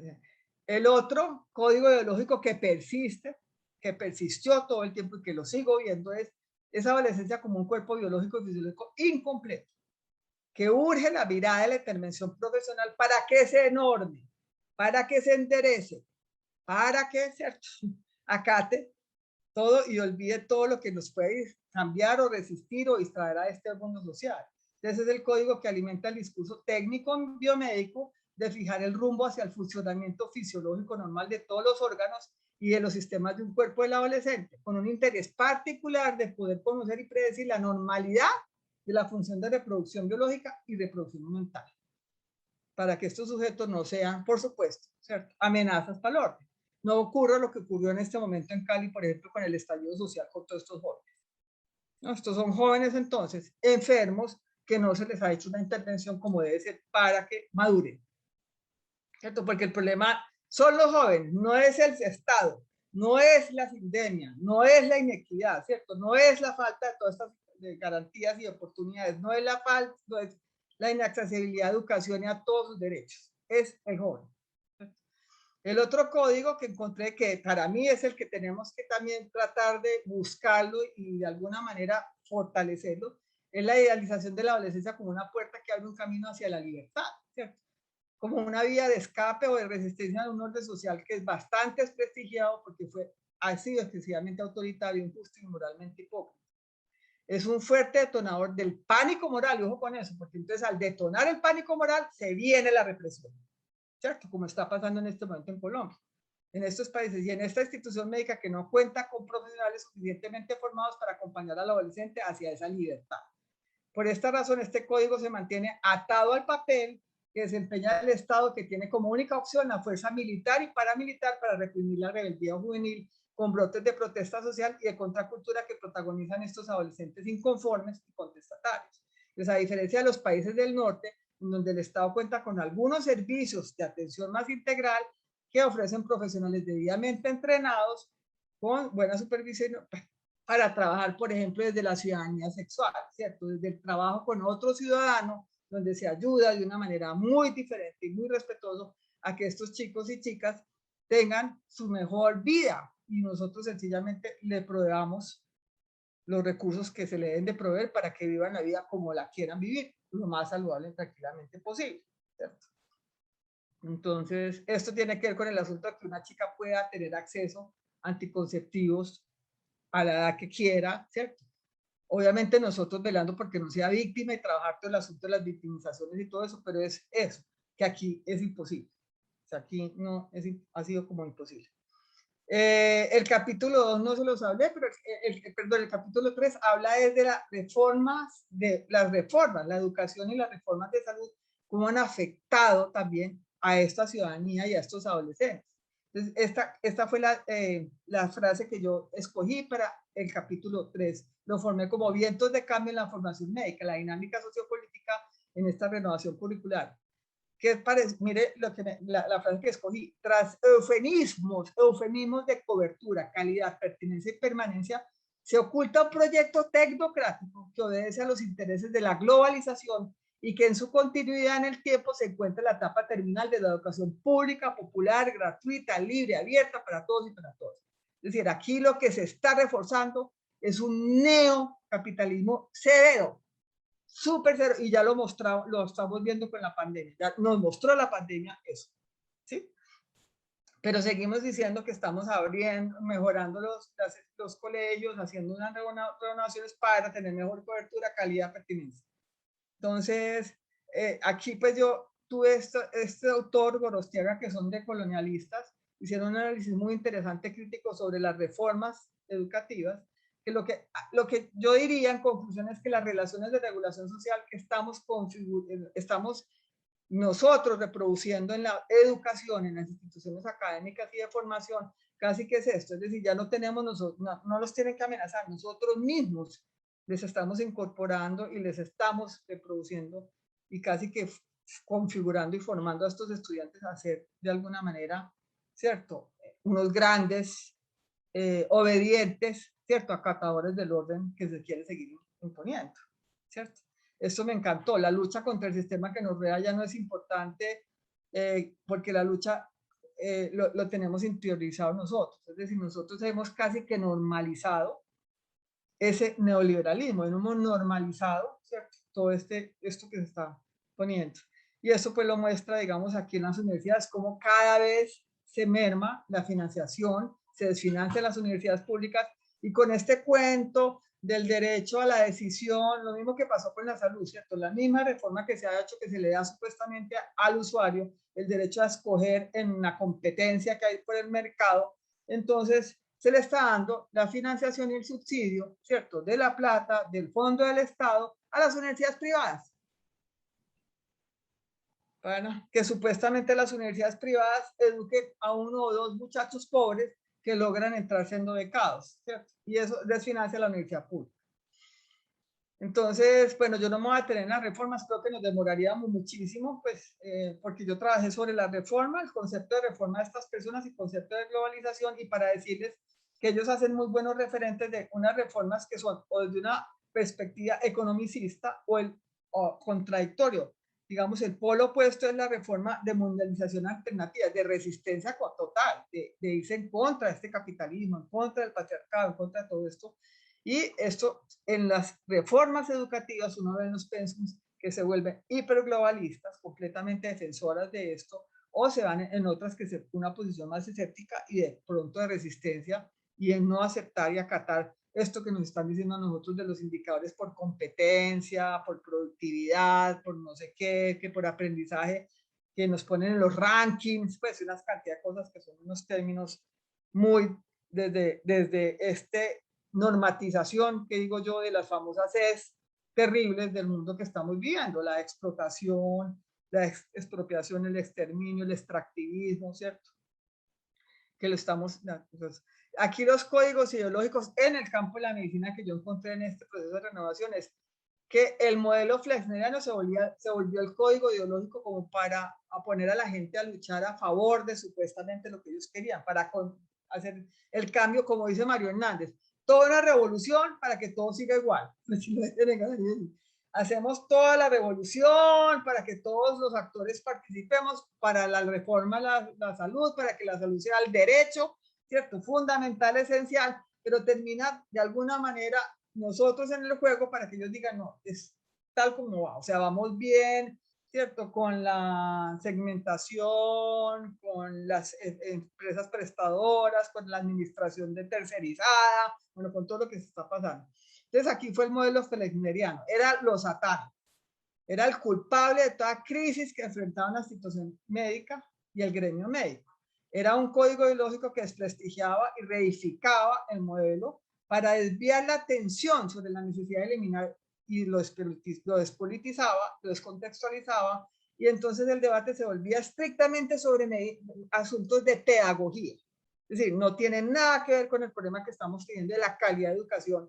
Estas reformas estatales no tienen nada que ver con el fracaso que está teniendo este mundo de la modernidad del capitalismo. No. Es que entonces no tienen capacidades pedagógicas y ese era el modelo flexneriano que supuestamente estaba fragmentando al individuo. O sea, pero todo una excusa para movilizar a la gente en torno al cambio, a la famosa renovación, que fue para seguir de alguna manera todo igual, ¿cierto? Asentando todo lo mismo. El modelo pedagógico, entonces, era El Salvador. Es decir, no es un asunto de pelear por la desfinanciación de las universidades públicas, no es un asunto de pelear por el desmonte que está haciendo del Estado social de derecho, de bienestar, sino que es que la gente no sabe pedagogía, ¿cierto? Entonces, por ahí me parece que también es esto. Y aquí en medicina, yo no sé allá pues en México, pero se volvió el aprendizaje basado en problemas, que es, mire, la colonización de la medicalización a todas las demás disciplinas, a la educación, a la abogacía, al derecho, a todas partes. Es decir, el aprendizaje basado en problemas es la medicina que se hacía en la cabecera de los enfermos en el siglo XVIII, XVII, XVIII y XIX. Y eso lo colonizan a todas las demás disciplinas, entonces es el asunto de que alrededor de los problemas, ¿cierto? Decidimos, medicalizamos, ¿cierto? Prescribimos qué hacer. Entonces eso para mí fueron en cuanto a las reformas educativas, que de alguna manera afectan, por supuesto, a adolescentes. Y el capítulo 4, que es el que quiera, yo se los puedo mandar, porque es el que sí detalla todo el asunto de la expropiación del saber y el cuerpo y la sexualidad de adolescentes y de mujeres por parte de la institución médica, completamente avalada, legitimada, justificada desde el momento en que nos colonizaron. Muy parecido de lo que habla Eduardo Menéndez de el modelo médico hegemónico. Entonces, aquí ya hablo de los derechos sexuales, derechos reproductivos de adolescentes en la formación médica en el nuevo marco curricular, y escogí esta frase. Aparecieron así discursos tradicionales, cuando no misóginos, sobre el papel de la mujer en la familia, sobre la propensión de ciertos grupos a la violencia y, en suma, sobre el carácter menos que humano de ciertas categorías de sujetos donde se mezclaban cuestiones étnicas, de clase y de género. Esta visión tiene consecuencias importantes para el lugar que se le asigne en el orden médico. Entonces aquí la mirada al travesti, al transexual, ¿cierto? A la mujer que está emancipada, al adolescente que quiere tener su vida sexual, ¿cierto? Tranquilamente, todo eso. Y aquí los códigos que surgieron fue el sexo como un riesgo, que es un código que sigue siendo, porque eso entonces permite la medicalización y asumir pues todo este discurso y esta intervención médica moralista, porque lo que prevalece en la institución médica, te juro que es el enfoque moralista del siglo XIX. cuando llegaron estas instituciones, nos colonizaron los españoles y se fundaron estas instituciones para a nosotros, ¿cierto? Formarnos para ser esos nuevos ciudadanos de ese orden que nos traía España. Entonces, eso, digamos, la educación por pares, el código y el código interdisciplinario transdisciplinario, que es lo que también a mi juicio ha validado que se baje también todo el proceso de bienestar laboral y derechos laborales del profesorado, porque entonces, por el asunto de la interdisciplinariedad, entonces un problema, por decirte algo, de atención a un parto, en vez de tener a la partera que tiene un saber completamente específico y especializado, así ellos no lo quieran aceptar, pues esa mujer partera, esa dula, tiene más conocimiento que cualquiera, más experiencia que cualquiera, lo puede hacer entonces un auxiliar que domina y que maneja el discurso médico-científico a su antojo, ¿cierto?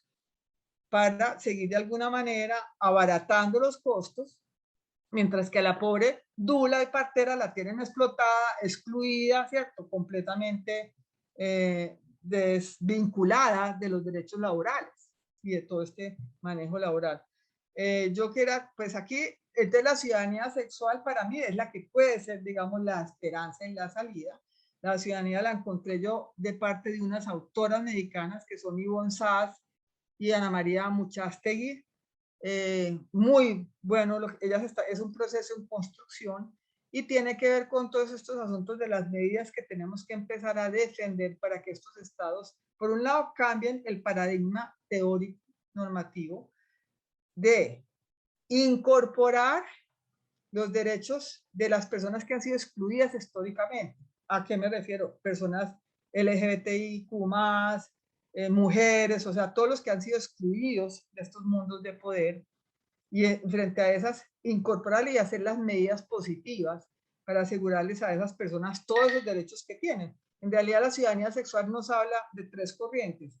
Una que tiene que trabajar el asunto de las prácticas, es decir, hay que también ponerle un poquito de límite a unas prácticas que históricamente se les ha permitido tener sin problema y sin judicializar y sin ponerle esos límites. Me refiero a estos hombres que vienen a comprar las vírgenes de 12 y 13 años, me refiero a los violadores, a los acosadores, que lo asumen como su parte de la masculinidad. Yo tengo todavía compañeras mías y alumnos que hoy en día me dicen, es que es un asunto por las hormonas.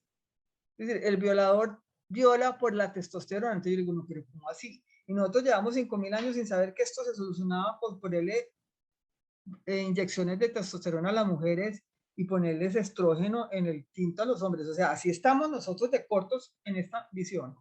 Seguimos de alguna manera usando el discurso biológico, médico, natural, que naturaliza las diferencias sociales para poder subsumir, ¿cierto?, esos géneros y mantener este orden patriarcal.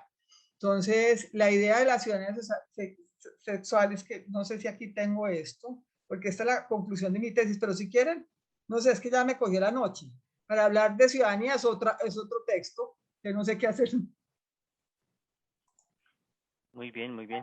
Me parece que, estimada doctora Olga, sí, pues el enemigo a vencer siempre es el tiempo y nosotros quisiéramos levantarnos por un café y continuar el diálogo, pero bueno, hay una agenda y nuestros asistentes también quieren continuar, pero pues tomaremos la palabra porque podemos programar una siguiente sesión. Sí, desde luego. Sí, yo les sugiero que me dejen en la siguiente hablar de ciudadanía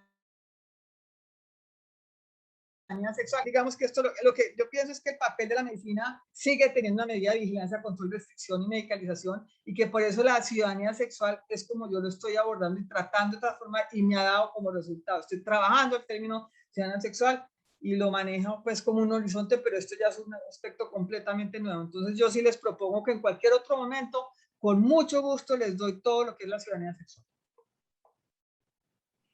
Sí, pues muchas gracias por la generosa apertura y desde luego dialogaremos, hablaremos para programar una siguiente sesión. Y bueno, adelante, estimada doctora Olga, o si quieres abrir un espacio de diálogo, interacción, como sí, no, ahí sí yo lo abro, porque yo lo que digo, pues yo creo que aquí la conclusión es que sigue la institución médica expropiando los cuerpos, los derechos, las sexualidades, los conocimientos, los puntos de vista. Ellos siguen, digamos, desconociendo eso. Hay que producir mucho en torno a la ciudadanía sexual para contrarrestar el pánico moral y el silencio ensordecedor que siguen esas instituciones frente a estas temáticas. Tenemos que incorporar la corrupción, ¿cierto?, como un tema fundamental en todos estos enfoques de ciudadanía y ciudadanías. Tomar en serio las corrientes alternativas y subalternativas, ¿cierto?, y decoloniales, para poder de alguna manera incorporar todo esto y transformar estas instituciones. Y esta investigación fue un primer paso, ¿cierto? Yo digo, y a mí me cambió por completo. Y esto, digamos, fue lo que dijeron los jueces, que era un punto de partida crítico para la reflexión. Aportaba, digamos, un camino que se abría para instalar procesos que conducieran a hombres y a mujeres en ruta de construcción de derechos sexuales y derechos reproductivos. Y el desafío era construir una sociedad y un espacio académico sin discriminación de género, que hallaría claves en esta investigación en la construcción de un discurso médico nuevo, incluyente, con enfoque pues hacia una ciudadanía sexual. Una invitación a continuar este tipo de análisis y de conjugar la transversalidad metodológica, así como la transdisciplinaridad al momento de abordar las problemáticas de alta complejidad, pero pues es poco explorada, no ha sido aplicada, es compleja, es crítica, es alternativa y le genera a uno definitivamente un cambio profundo y rotundo. O sea, a uno le reconfigura todo, la subjetividad, todo, la objetividad, todo. Sin duda, como digo, fue transformadora. Son los mismos ojos, pero completamente distintas y extrañas las miradas a estos fenómenos. Es imposible hacer y ser la misma persona. Yo ya soy diferente como mujer, como médica, como profesora, y ahí va una incontrolable apetencia por lo alternativo y por avanzar hacia una ciudadanía sexual. Gracias.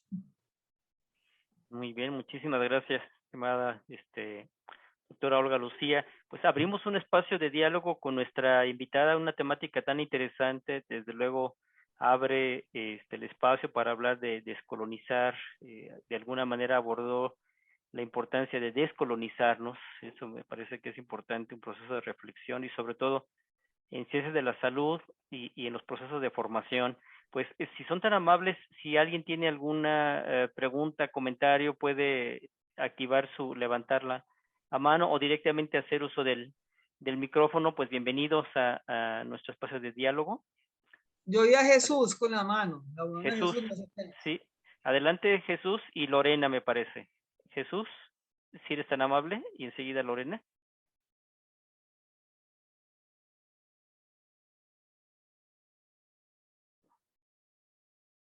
Bueno, algo sucede y no vemos a Jesús. Lorena, adelante por favor y vemos enseguida si Jesús activa el micrófono o por chat.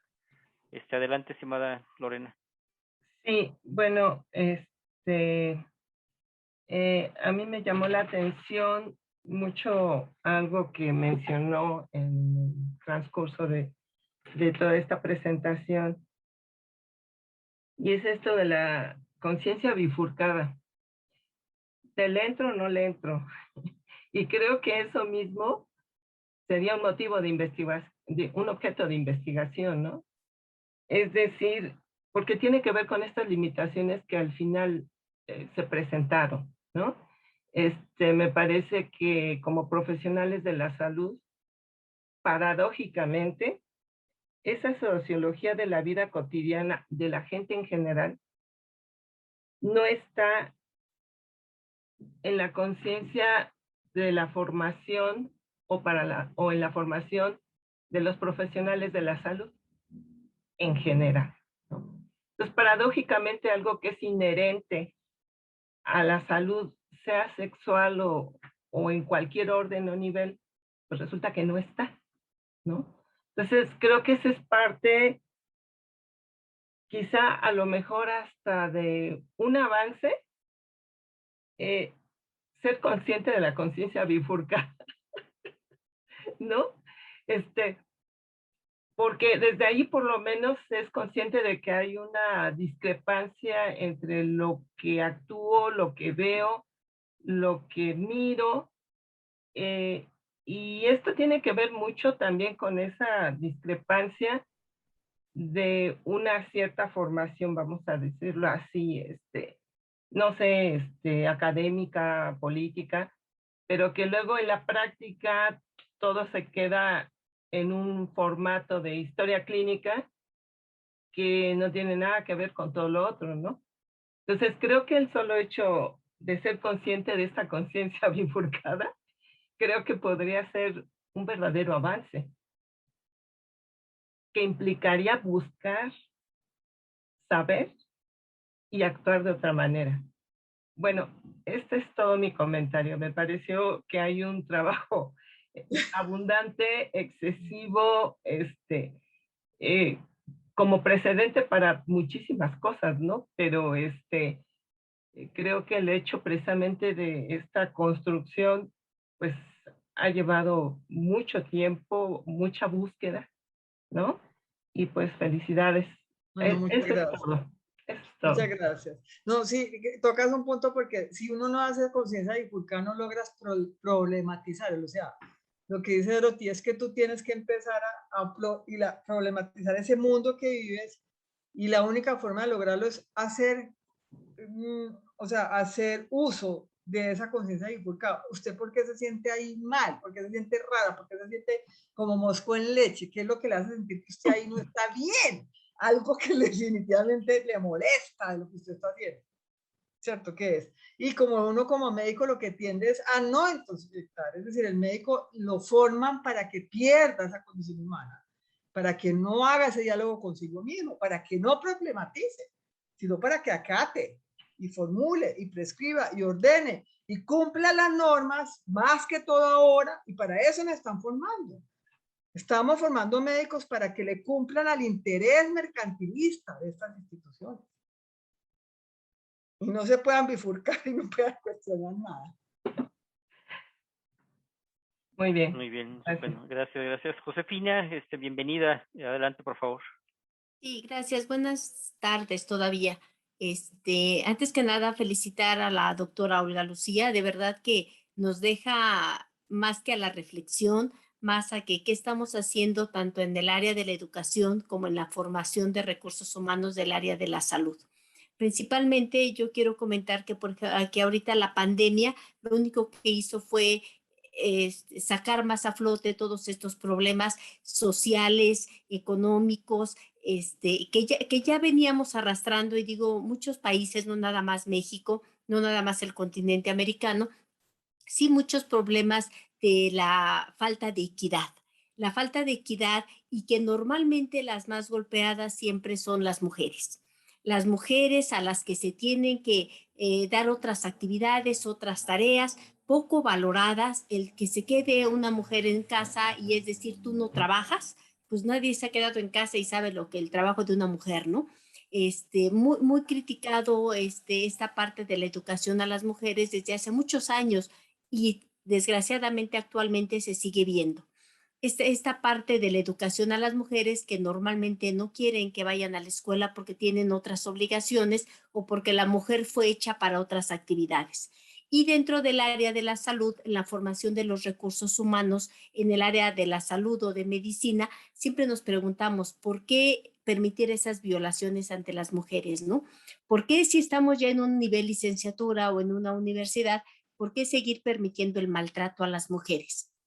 A veces a lo mejor no lo vemos, a veces a lo mejor decimos, no pasa nada. Y cuando estamos afuera o cuando nosotros vemos esa violencia y queremos decir, estás siendo violentada o están abusando de ti, la persona que está afectada dice, no es cierto. Entonces, finalmente esto parte también de un contexto histórico social, de nuestra propia educación en casa, y además de los medios económicos, sociales, políticos, culturales de todo el país. O sea, como que estamos enganchados dentro de un todo, que decimos para dónde o cuál es la puerta de salida.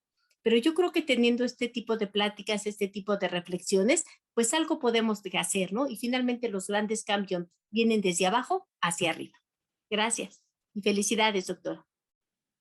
Gracias, Josefina. Bien, José Antonio, te mando sí. la tesis mía, no fue publicado, por supuesto fue muy controvertida, a la universidad no le gustó ni 5, entonces no fue publicada, pero yo con gusto te la mando para que tú la distribuyas. Me encanta que la lean, que hagan lo que quieran con ella, pues bienvenido cualquier aporte y diálogo en torno a eso también. Muy bien, muy bien. Pues muchísimas gracias también por esa generosidad y aprovecho que vamos a preparar una publicación colectiva, de tal manera que si, estimada Olga, consideras que algún elemento de tu Ah, propia perfecto. tesis, y si no ha sido publicada, No ha sido bienvenido, porque publicado. estamos impulsando también la ciencia abierta, de tal manera que nos interesa compartir, socializar, tejer redes, y bueno, pues desde luego, bienvenida y con gusto la vamos a difundir. Muchas gracias. Muy bien, Gracias. pues sí, ¿algún otro comentario, pregunta para nuestra invitada? Tenemos todavía unos minutos. Y bien, yo únicamente en lo que si alguien más se anima a preguntarle a la experiencia, porque tenemos un territorio común que es las ciencias de la salud, si bien son espacios de alguna manera que coinciden y por ser de esta América Latina, y hablando de los retos de la formación, y justamente en pedagogía se dice que hacer pedagogía es hacer política, hacer activismo, activismo social, y con los grandes aportes del feminismo. Yo quiero preguntarle a Olga, la profesional, y desde esta mirada, ¿qué caminos se pueden seguir en una formación, si es posible, latinoamericana, para descolonizar?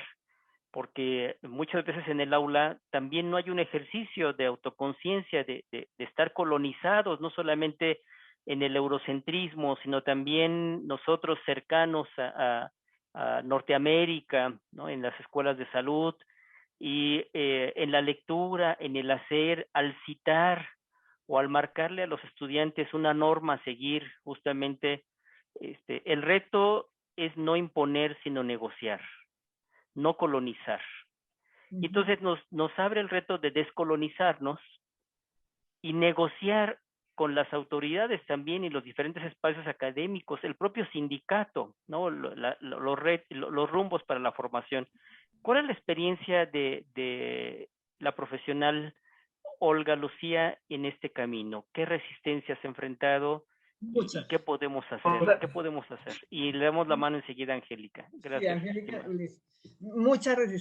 mucha resistencia, José Antonio. Esto es en todo, desde lo doloroso, desde de los grupos sindicalistas, soy ahora de la Junta de Asociación de Profesores, y yo me he encontrado con estrelladas de que los que supuestamente son sensibles, los que están representando las luchas de estos grupos que están tan vulnerados y afectados con esta situación actual, con estos modelos tan inequitativos, con todo lo que estamos diciendo, terminan de alguna manera cuando se les va a tratar de romper, ¿cierto? Ese piso que les da la academia y el discurso y esa práctica discursiva que lleva por siglos de siglos, que ya bien lo dijiste, es decir, han adquirido un estatus de élite, y así no sean hoy élites, siguen siendo élite y juegan y se configuran como élites y actúan como élites.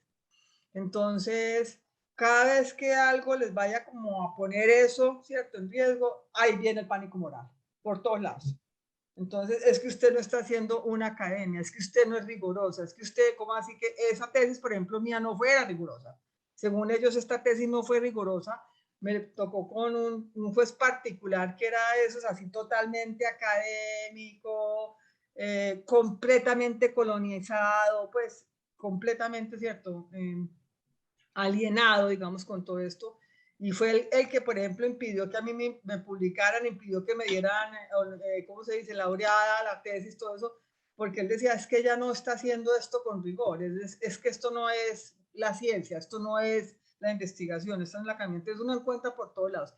¿Cómo lo rompo yo?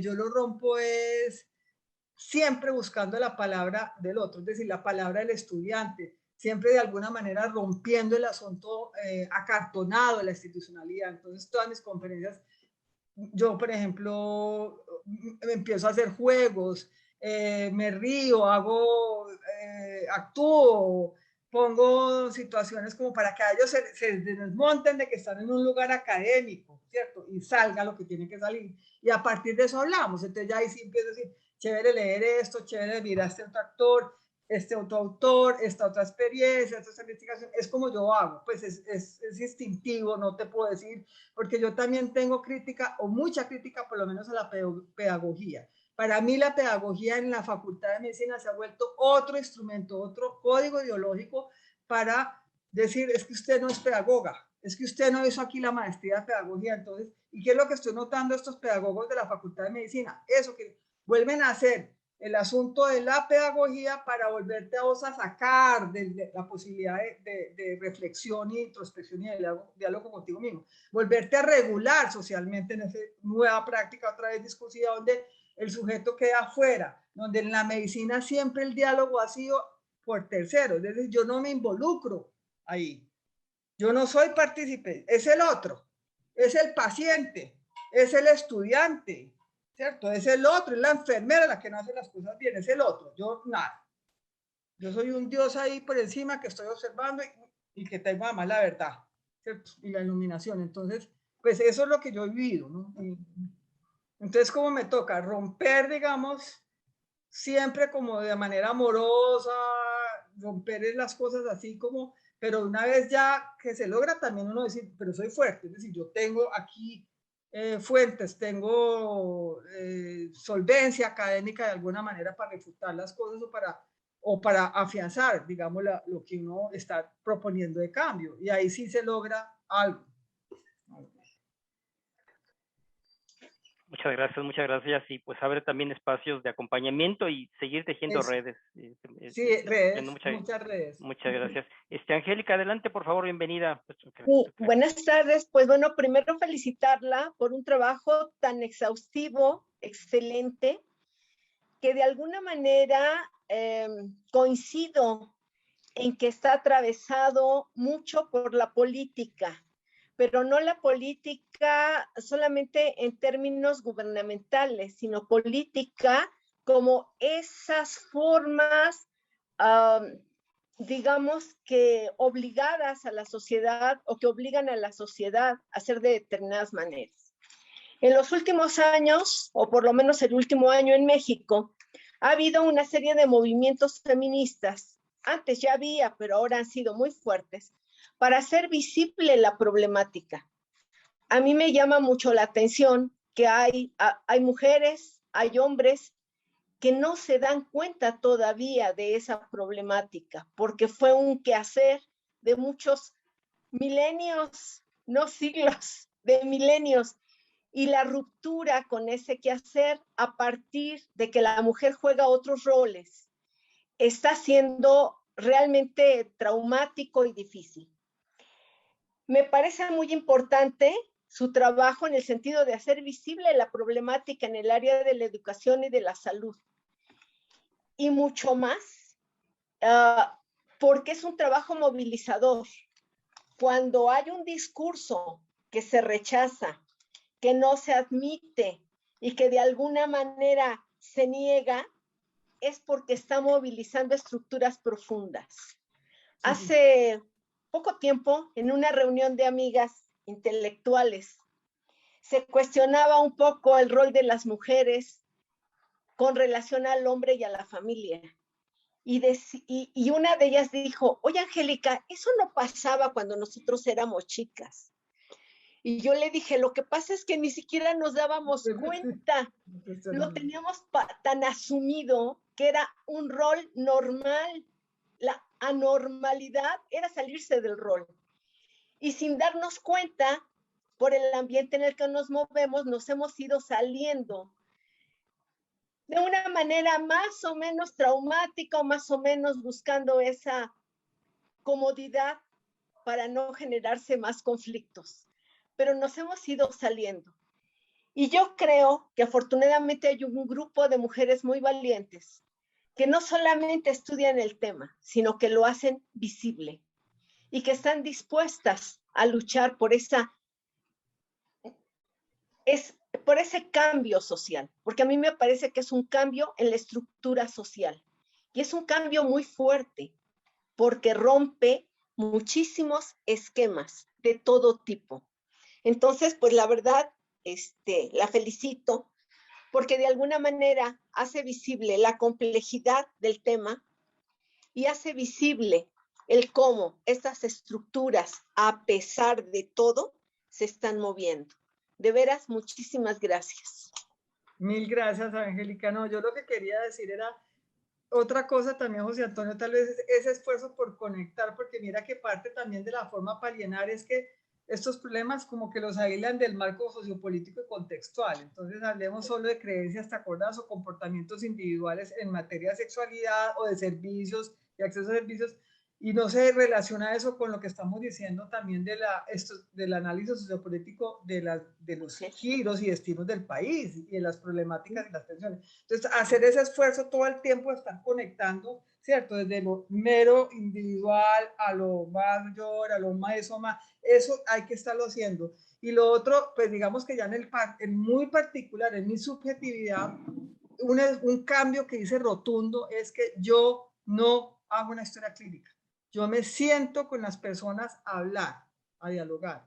Y a partir de ahí, pues llegamos a acuerdos de lo que yo veo como médica que es posible que sea bueno mirar, pero con la otra persona se toman, pero yo no hago historias clínicas. Es decir, eso sí ya es a partir de mi tesis doctoral, yo no te hago, yo le digo a mis estudiantes, la mejor entrevista a mi paciente es donde yo tengo un conocimiento previo, como hacen un buen periodista, y a partir del saludo surge todo. Y de ahí se construye un saber conjunto. Y eso es algo para mí completamente de resistencia. No hago eso. Entonces yo atiendo distinto, sí, yo no, ¿cierto? Y eso es clave, eso es lo que también trato como de trabajar. Muy bien, muchísimas gracias. Bueno, pues le damos un aplauso digital, un aplauso virtual a nuestra invitada, la doctora Olga Lucía, por invitarnos a construir, ser disruptivos, romper esquemas, y lo más importante es que está dispuesta, si no lo interpretar mal, a acompañarnos, porque creo que es un camino para donde lo que quieran, me necesitamos encanta. acompañarnos. De ahí yo insisto en abrimos las puertas para esta publicación, la publicación conjunta. Me va a encantar recibir el documento tesis y también socializarlo. Y pues comparto pantalla porque haré llegar este documento ahora en formato digital y por la Universidad Nacional Autónoma de México, la Facultad de Estudios Superiores de Zaragoza, un agradecimiento a la doctora Olga Lucía Restrepo por colaborar en estas jornadas de transdisciplina y complejidad en ciencias de la salud. Muchísimas gracias. Voy a dejar de compartir y desde luego invitada para esta siguiente sesión que ya también nos dejó ahí en el tintero y con mucho gusto vamos a aceptar porque nos interesa justamente co-construir. Muchísimas gracias, estimada Olga Lucía. Les voy a mandar entonces el documento, pero en Word. ¿Por qué me interesa en Word? Porque, José, me interesa que tú me digas ahí, esto sería bueno que lo fuéramos formando para la publicación, es decir, que y sacamos una publicación, me parecería fabuloso. Y para todos que hagan lo que quieran con la tesis. Un abrazo, muchas gracias. Estupendo, muchísimas gracias por la generosidad. Pues un abrazo nuevamente y gracias a todos por estar en esta sesión.